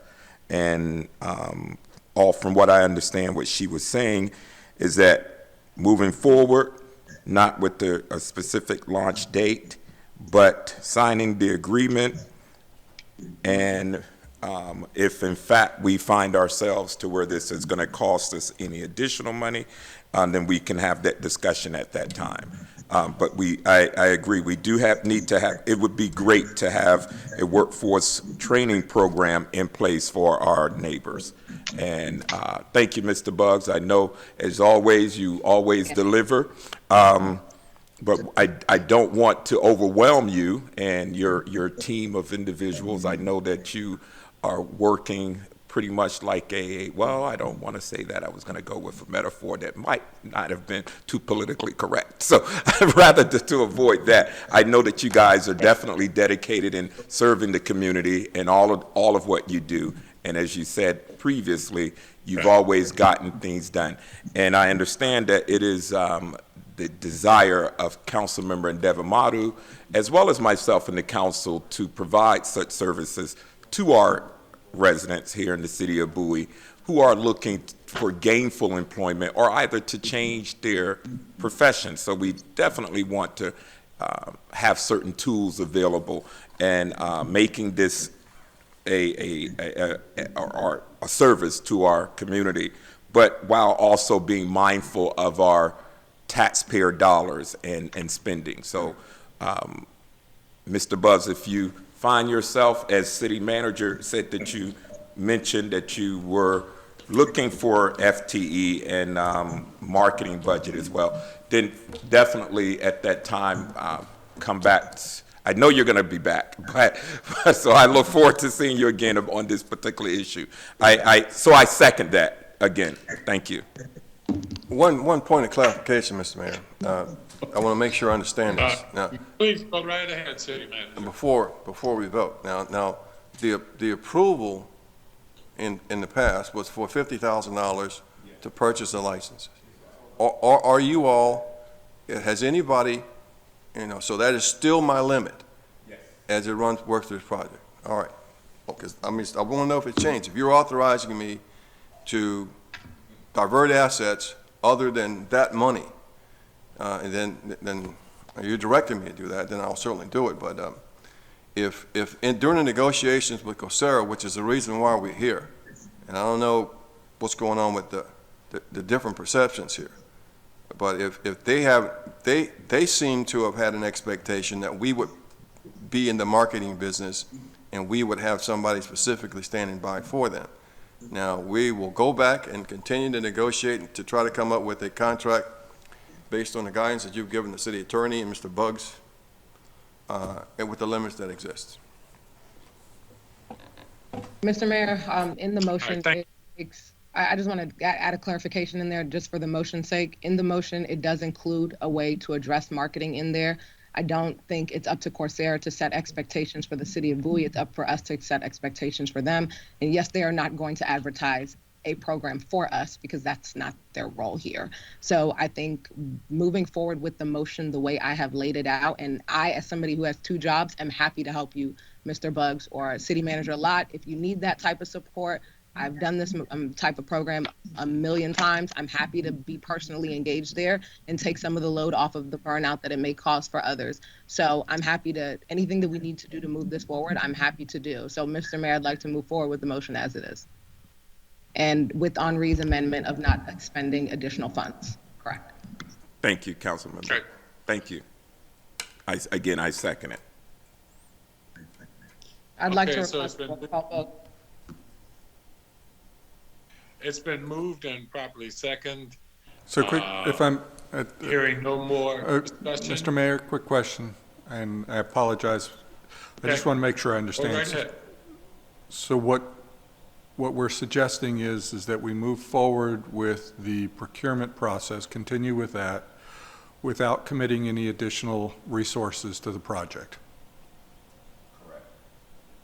The motion is, and I'll repeat the motion is to move forward with signing a contract with COSERA for the Workforce Development Program, not allocate any additional funding to the program, and for city to work with employed Prince George's to understand how they can help, in addition to leveraging the marketing assets that Coursera already has and leveraging our existing advertising vehicles to promote the program with no specific launch date identified today. Does that answer your question? Thank you. Mr. Mayor, just for the record, the budget, the advertising budget in the communications is already committed to missions that are currently in place, just for the record. Sorry, Mr. Mayor, to clarify on my motion, we can include this in the advertising that we already do. We already send out a mailer to residents. We already send out newsletters. We already send out all those things. Well, Nothing for us I'll to put speak this with my in there. experts on that, and we'll see if we can do that, all right? Mr. Mayor, can we please Excuse me. Mr. Mayor? Go ahead, Councilwoman, I didn't mean to cut you off, Councilwoman. Councilwoman, did I cut you off? Mr. Mayor?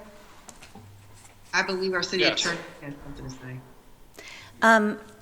So, because I need clarity to write the contract. Coursera, in its meeting with Mr. Buggs, provided a list of responsibilities for the city. If I understand what I'm being asked to do, those activities should be acknowledged and written into the contract as may have been recently modified by Coursera. Do you want to read out the contract and what Coursera is expecting the city to do? I'm not sure we can answer your question without having the direct clarity on what they're asking. I've been given to understand from Coursera that Coursera expects the city to undertake certain tasks. Am I authorized, are you authorizing me to write that into the contract? Yeah. Those are the tasks I that don't know we're how else to referring to write. here. I'm sorry, I don't really understand. I'm sorry, Mr. Mayor, maybe you do. City Attorney, could you be a little more clearly state what the question is that you're asking of council? So I started to prepare a contract based on my understanding of what the arrangement was between the city and Coursera. During that process, Coursera spoke with Mr. Buggs and clarified that it has certain expectations of the city in terms of tasks it expects the city to undertake. So I need to know that I'm authorized to write those into the contract, that that's what is being expected of me, because otherwise I don't know what the terms of contract are. Mr. Mayor, you mind if So I I think- make a comment to council? Everything that Coursera is obligated to do and everything they've told us they're going to do is in their response to the RFP. Okay. So I can work that out with council because what she has is just a further refinement of that based on my conversation with Coursera, which is why we're here. Because as we were talking about these things, it became clear to me of the responsibilities, duties, and obligations that someone was going to have to do that I didn't have the staff or time to do. And when I discussed it with the city manager, that's why we're here. So we will just make sure that everything they said they were going to do, not 8 or 9 of which I just read to you in my opening statement, all of that is in their response to the RFP. That they have people who will work with us, but we have to do it. They have people who will help us, but we have to do it. They have extra to do, but we'll have to do it. So those are the things that were delineated within the agreement. So I work with council to make sure that we have the contract correct according to their response to the RFP. Okay. That's fine, Thank you very much, Mr. Buggs. Thank you, council. Okay, I think that answered that, did that, for everyone. All right, I think we were at the point of going for a roll call vote. Are we ready for the question? City Clerk, could you please do a roll call vote? Yes, Mayor Adams, Aye. Councilmember Endamamadu, Aye. Councilmember Harrison, Aye.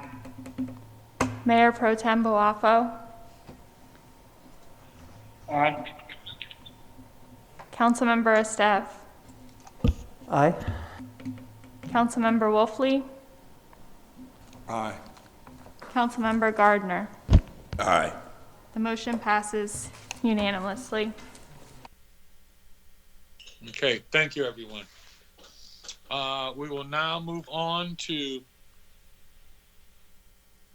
new business, the appeal of the Bowie Advisory Planning Board Resolution BV-2-21.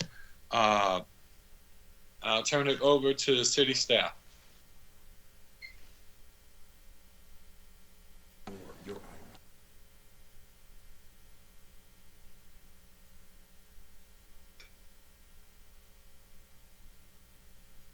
Hello, city staff? Good evening, Mayor. This is Joe Minert, the Planning Director. Hi, Joe. Good evening. Is it council's intent to proceed with this item on the agenda this evening? Mr. Mayor? Mr. Mayor? Yes. Councilman. Yes, sir. The appeal of Bowie Advisory Planning Board Resolution BV -2-21 City Council to hear the arguments on the BAPB's decision of September 14th, 2020 denied variance application for the property located at 4108 Crosswick Turn. I'm asking if we could postpone this until the next meeting. There are some developments that I like to take a look at and maybe get some more information and then share that with my colleagues so that we all can make an educated decision on this. I would like to defer to council. I see no problem with that. Council, are there any concerns about, I know we should have done that in additions, deletions. Mr. Mayor? Things, but is there a problem at this time? Mr. Mayor? Go ahead. Yes. This is an appeal on the record from the BAPB. Certainly argument can be made here, but there shouldn't, you're acting in a quasi-judicial fashion, manner on this application, and you ought not be bringing in outside information that's not presented on the record before the council.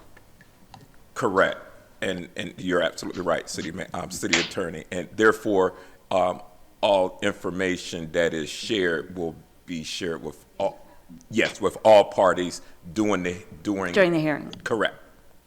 So this And is why before the meeting, I asked correct. if we could postpone it for that time period, giving more time to provide that information. City attorney, that doesn't pose any problem, does it?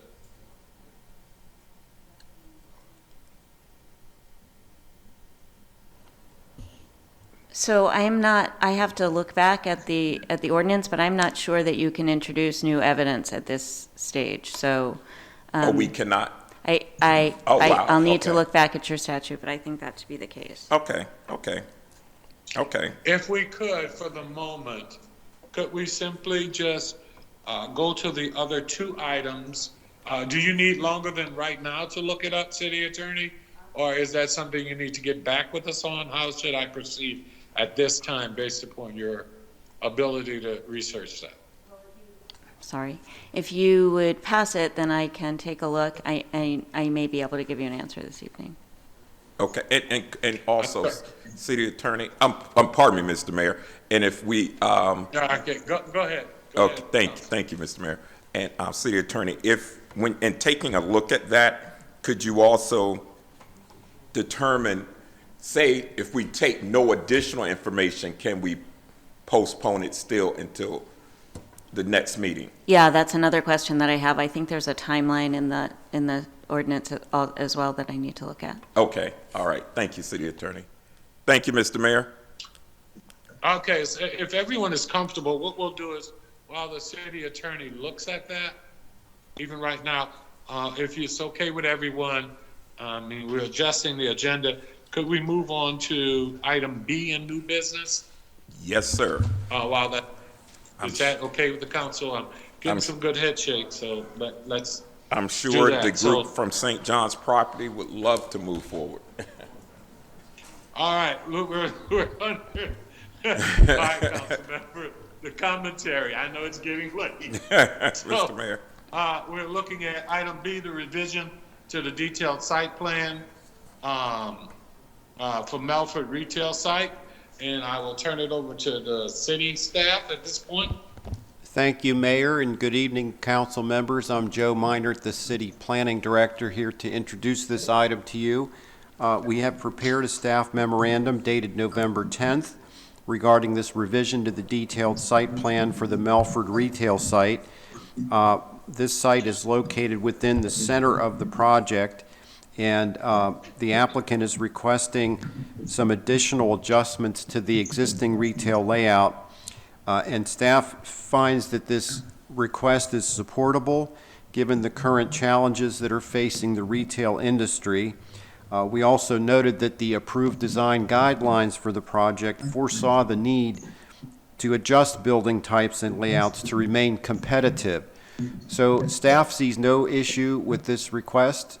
We prepared a letter, a draft letter recommending approval to be sent back to the applicant if council is in agreement. And with that, I will turn the presentation over to Mr. Robert Antonetti, representing the developer.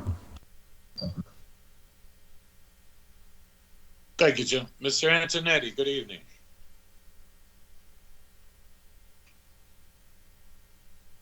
Could you lift the microphone so we can hear you? Good evening. Okay, thank you. You have to forgive me. This is my first in-person hearing in 20 months. I don't know. It's good to be back. Thank you. Thank you for the opportunity to be here tonight. Again, for the record, my name is Robert Antonetti with the law firm of Shipley & Horn. We're here on behalf of the applicant, St. John Properties, Inc., the developer of the mixed-use project known as Melford. I'd like to thank Mr. Meinert for his presentation and the staff report. Tonight with me, I do have Mr. Andrew Roud, Regional Partner with St. John Properties, Mr. Ken Finley, Development Manager with St. John Properties, and Ms. Rachel Leitzinger, the Civil Engineer from Dewberry, working on this project. As you're aware, Melford is a mixed-use project. It has a long development history. What you have on the screen here before you, if you can see it, is the development layout which has been approved in conjunction with the city planning office, the county council, sitting as district council. It is the mixed-use portion of the project. Outlined in red is the Block 3, Lots 1 and 2, which in purple, the three buildings along Melford Boulevard. Those are the areas of particular concern tonight, which we are proposing a revision to take those three buildings which have been approved, which were approved initially back in 2008 for retail, and it's, due to market factors and other considerations, it's just been very difficult to get them leased. If you were to go out to the site today, you would see a building being constructed right now, which would be the building that is nearest to the roundabout on Melford Boulevard, the first one entering the site.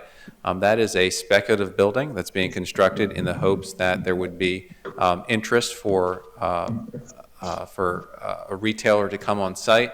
And what we are proposing tonight is as you can see, an original layout versus a new layout. Instead of the three buildings, a little over 8,100 square foot each, we are proposing two buildings. The first building being 8,167 square feet, which is the building that's under construction. The second building being 10,264 square feet. That would be kind of a larger building, would be a combination of the second and third building that has already been approved. What we're also proposing too is a drive-through, which is permitted under the design guidelines and is something that would be indicative of the type of retail that has become popular, particularly in the time of this pandemic, allowing people to make purchases from their vehicle. What you'll also see in the image you have here as well, a right-in, right-out directly from Melford Boulevard. This is also addressing some concerns we find in the market for access. Retailers are concerned about the ability to access these buildings easily. In the absence of an entrance from Melford Boulevard, you'd actually have to traverse 2 roundabouts to enter the parking field that would give access to the retail building. So we have provided some information from our traffic engineer as part of our application showing that that's a safe access point for a right-in, right-out only, and would provide that needed convenience that retailers are very much interested in. There are also some other areas in here that are conducive to outdoor dining. They're shown on the legend here. They're numbered. I won't go over every one of them, but they do provide kind of a continuity of quality that the design guidelines called for in the already approved buildings had carried forward. So we're looking to bring that forward through this alternative design. There is an additional pad site. We call it the future pad site. Here's an image of what that looked like. Yes, a future pad site, which is not shown, it's only shown here really as a footprint, but we're looking for a user here that would be closer to the intersection or the interchange off-ramp with Maryland 3 for greater visibility. We would come back with a detailed site plan revision in the future showing any particular architecture for hopefully an end user that would look to take on this pad site. So in essence, those are the changes we're proposing. They're not drastic, but are necessary in order to capture market interest. I do have Mr. Roud here. If I could ask for your discretion, I'd like to ask him to come up, just very briefly speak about some of the market realities that they're facing, which in turn is leading to this requested change in layout and architecture. Thank you. Okay, thank you. Mr. Roud? Good evening. I'm Andrew Rabb with St. John Properties. Good to see some old faces and some new faces. Old, familiar faces. Yeah, I used to be young too one summer. Yeah, I mean, it's not lost on anyone. Retail's been crippled, especially during COVID. I mean, it's really tough. One of the things that's kind of puzzling with this whole site is those 3 buildings were approved, as Rob mentioned, 13 years ago. I mean, I was a young man back then, and we're just having zero traction on it. So we've decided to put up the 8,000 square foot building that you see under construction now. That's going to be tough to lease, but we wanted to just try to jumpstart and kind of paddle the site, with a heart thing and get it going. The jury's out on how easy that's going to be able to be leased. The first question when our people come over, or leasing people tell me, is the very first question they're asked is, what is the rent and where do I eat? So that's kind of the 2 questions that we have as far as the amenitization of the overall site, dry cleaning, coffee shops, that kind of thing.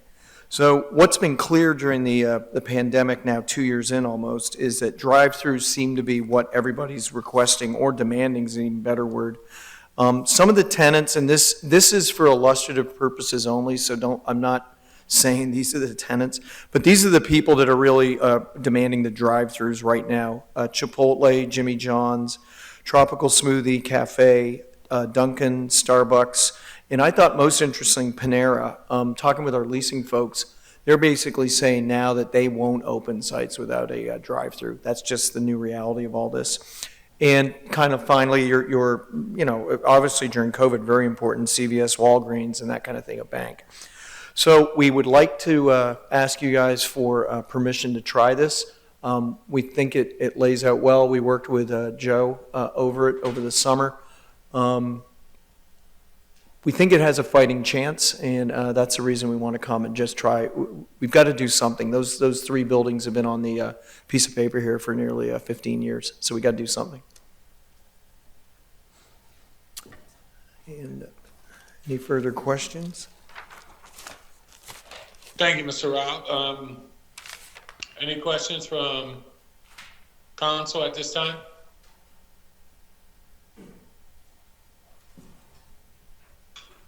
Hearing none. Pardon me, Mr. Mayor. Yes, go ahead. Yeah, thank you, Mr. Mayor. I do have a question.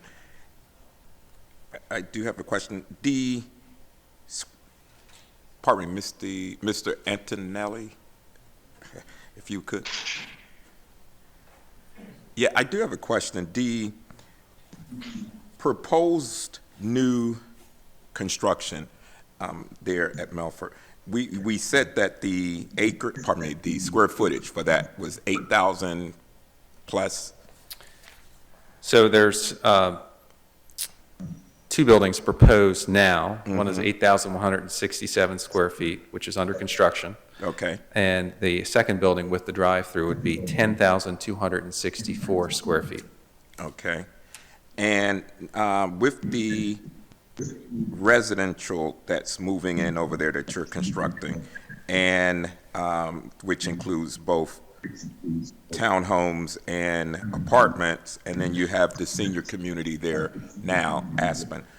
What sort of, I know Mr. Rao just gave a number of type of restaurants that are looking for drive-through services, not necessarily that are looking to come into Melford, but are looking for drive-through services. Give me an idea, what are you looking at a grocery store or anything back there? I'm asking.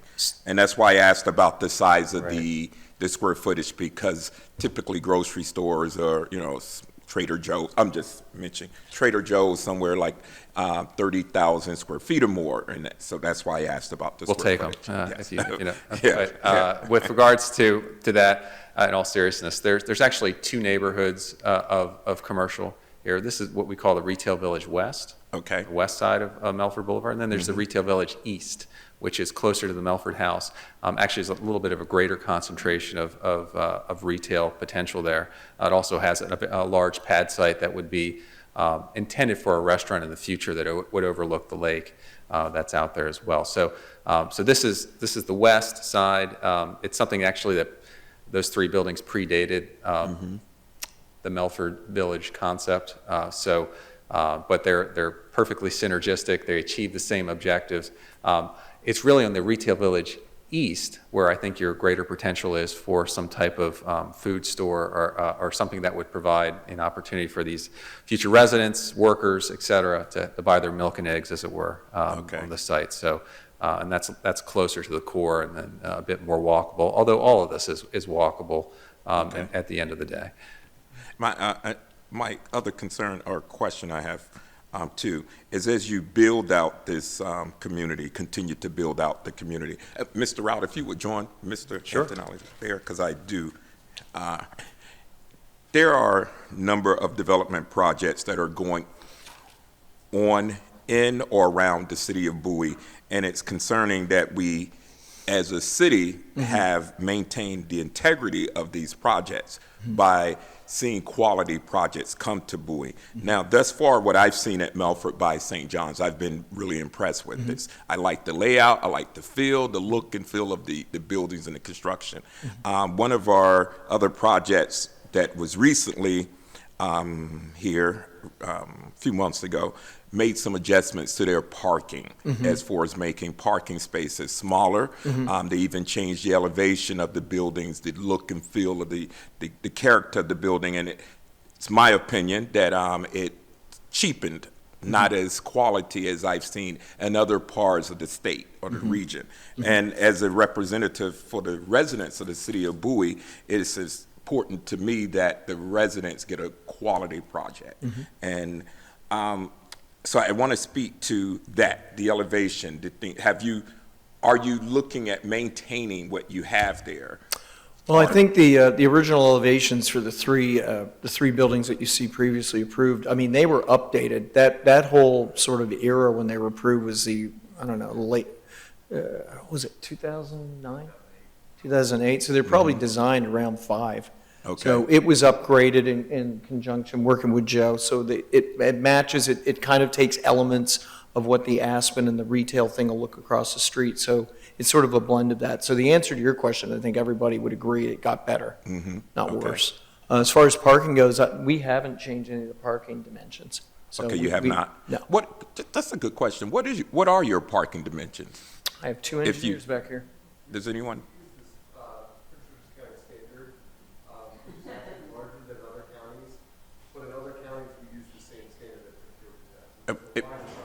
What is the width of your average parking space? 9 foot. That's good to know. We do have a developer in a project going on that took a foot off, I believe. I think we're at 8.5 feet or somewhere around in that avenue, and that concerns me, with cars getting out and parking and the dings and strollers, baby carriages, and not to mention, those that are impaired that might need additional space for parking. Okay. So we don't see any decline in the quality of the elevation nor in the parking spaces, and you're looking at bringing in retail that would be an amenity for those residents that are looking to Right. move into the. I mean, we're giving it a fighting chance. I mean, if those, I kind of gave you a list of what's sort of indicative for the people that are looking for it, and, some of those are desirable uses that people would like. Okay, and which is good. And quick question, another question, and it might be a little off, but it is dealing with Melford. Who are some of the retailers, if you could share with us, that you are restaurants that you may have but committed to coming into Melford? Well, nobody's committed yet. Okay. Yeah, so we're under discussion. But I mean, it's the usual suspects. We're talking to everybody and anybody. Okay. Yeah. Okay. So what type of restaurants, retail? Give me what type of restaurants, just give an idea. Well, I mean, I'm sure we're talking to all these types of folks. We do, as Rob indicated, there's that one restaurant that's on the lake. That's more of a sit-down white tablecloth type. Okay. So, but then again, we're a little far ahead, right? How long would that be out to, we got to get it designed and built. I mean, you're looking at 2 years. Okay. So right now, it's sort of a walk before you can run. Nobody wants to do anything until they start to see some rooftops. Because Understood. you remember the whole point was you needed more 24-hour Exactly. activation. The building that's under construction right now is, that's a big risk it's an 8,000 square foot building, but it's still going to be a tough road to try to lease that. The one that we're up to tonight with the drive-through, that's an easier road because that's what the market wants right now. Okay. So what I would probably envision is that, we'll have more activity on the drive-through one, and then that will start to beget activity on the one that's under construction. Yeah, I ask these questions merely because, one, as you know, there were a number of residents that came out against Melford in the overall project, and I was impressed of what you were bringing in, and I looked at overall the community, and it would be an advantage. I saw a number of advantages, and I understood the concerns that my neighbors and residents had as well. And what I want to be certain of is that I am representing to my constituents a project that I can be proud of and that I can continue to promote, and telling the residents that this is a project that's going to be of quality, and you're going to work with us to eliminating much traffic concerns and issues, and then you're going to work to bring, and because I'm going to be very much so involved, and I know staff is too, with bringing quality retailers there. Right. There's another project here that's going on that right around the time of approval, I went into the community, I had town halls, I spoke with a former colleague that worked with the former colleague here in the council to win the support of our neighbors, and we did so, and then this project was more or less, in my opinion, a bait and switch, and I don't want to see myself misrepresenting a project to my neighbors again, because I don't want to see. So I'm pleased to hear that you haven't made any changes. I'm pleased to hear that you have adequate parking. I'm pleased to hear that you are bringing in quality, you are working to bring in quality retail. But of course, one of the checks that you have taken care of in bringing in quality retail is by bringing and having adequate parking. Right. I couldn't imagine Whole Foods or Wegmans or any of the other fine retailers would move into a shopping center that didn't have adequate parking spaces. That's right. So all of it works hand in hand. So I thank you very much, Mr. Rao. Over the years, you've always come in front of council, and you guys have been a class act. I am definitely am gracious and appreciative of that. Thank you very much. Hey, and if you guys could indulge us, after we're done with this matter, I would like to give you something that's not actionable, but just a heads up. So when we're done with this matter, if you guys would allow me to come, I don't know the procedure, but come up and just mention something. Okay. Do it now? All right, Okay. at this. Yeah, so on the, so this item, I mean, we fully understand we're going to have stakeholders, Bowie Advisory Planning Board and Council, but this is dealing with the Block 6 part of the project.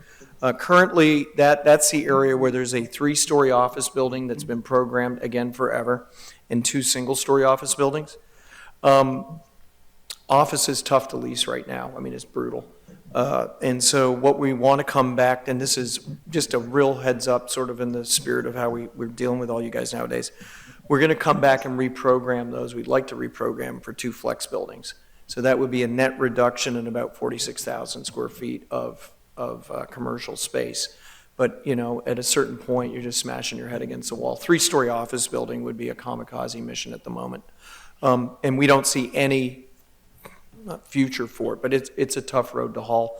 What we're finding, though, on the flex, it's really, really interesting, is that you almost can't build it fast enough because the tenants see the value of driving their car right up to the front. There's no common area, there's no lobbies, there's no elevators. They just come in, there's their own crew or workforce sort of bubbled, and they just go straight. That seems to be what's needed right now.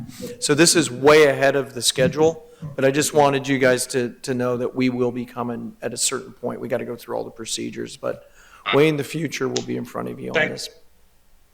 All right? Thank you, Mr. Rob. We need to move on with what we're doing here. I appreciate that. Any other questions or anything from council at this time? Hearing none, I will open the public hearing. Do we have any readings for the comments for the public hearing? There were no comments received and no one signed up to speak.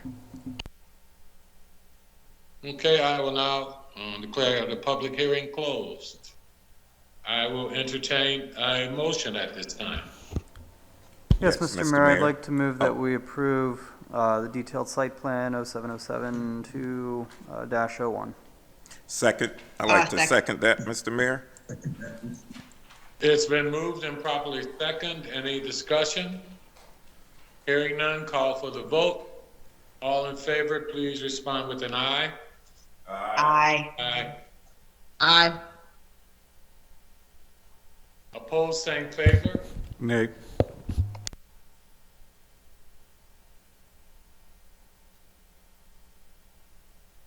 Could you give us a count on that, please, City Clerk? Yes, I believe all were in favor except for Councilmember Wolfley. And Mayor Pro Tem is no longer present, so that's a vote out of 6. So it'll be 5-1. The 5-1? Okay, motion carries. Okay, thank you. Thank you. We will now move on to the Prince George's County Vision Zero program. City staff? Thank you. Good evening again, Mayor. This is Joe Meinert with the city planning staff.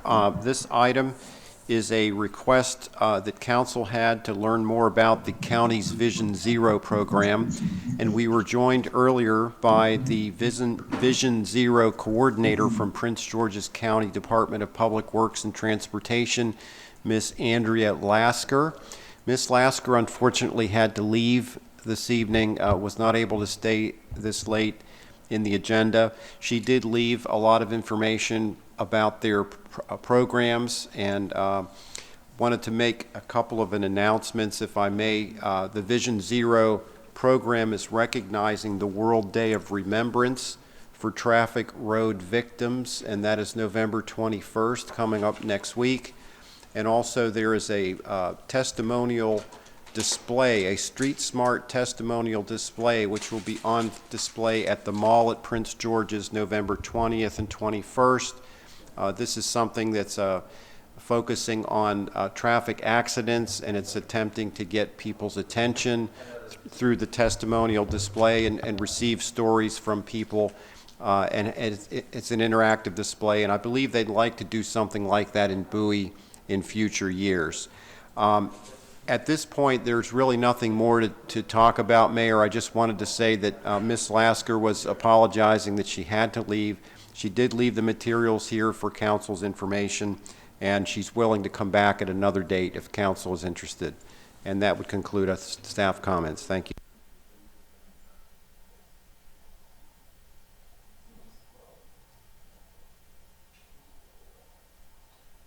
Mayor Adams, you're muted. Thank you very much, Joe Minor, for that. I'm sorry she wasn't able to stay, but hopefully we will have her back to talk about the program. I would like to go back to item A now. City Attorney, were you able to review and give us any update on how we should move forward with item A under new business? Yes, Mayor, you can postpone it. You collectively can postpone it to a later date. However, you cannot accept new evidence. You have to decide the matter based on the record before the board, the advisory planning board. Okay, so make sure I state that back for everyone correctly, that we cannot at this time have any additional information brought, but we can postpone at this time, correct? Correct. Yes, sir. All right, thank you so much. I would like to ask council, the city council, what their preference at this point, seeing where there's no additional information that will be able to be provided. I think we probably should just move forward unless council wants further time to review it. Well, yes, Mr. Mayor, if we could take additional time to review this item, it would be great if we could. Postpone this to either December or January, because I know we only have, pardon me, do we have another meeting this month? We do not, so December, and we only have one meeting in December? So either December or Yes, January's December agenda. 6th, I believe. Yeah, so at this time, if there is no problem with that, we can postpone it till December 6th, if that's in agreement with council as a whole. Any concerns with doing that? No, that's fine with me, Mr. Mayor. Okay, and it's not something we need to do. Well, we would just postpone that, I'm assuming, till the December 6th meeting, correct? Mr. Mayor, yes, Mr. Mayor, I'd like to enter. Will that give everybody enough time?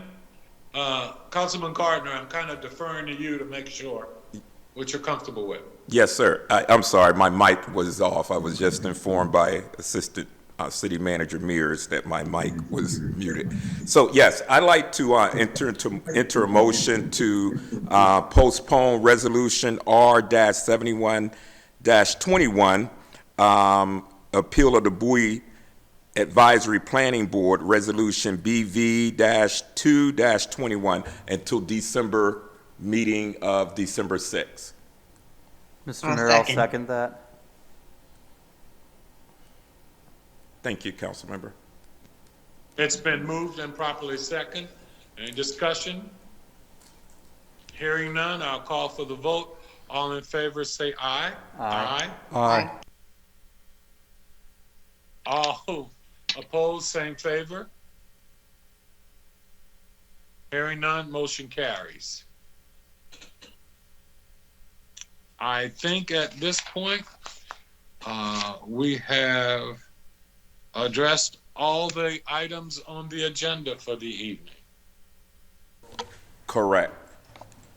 Yes, we're moving to closed session. Mr. Mayor, I'd like to make a motion. Mr. Mayor, I'd like to make a motion to adjourn to closed session under statutory authority of the Maryland Annotated Code, State Government Article Section 3-305B3, to consider the acquisition of real property for a public purpose and matters directly related thereto. Section 3-305B7, to consult with counsel to obtain legal advice, and Section 3-305B14, before a contract is awarded or bids are open, to discuss a matter directly related to a negotiating strategy or the contents of a bid proposal if public discussion or disclosure would adversely impact the ability of the public body to participate in the competitive bidding or proposal process. Second.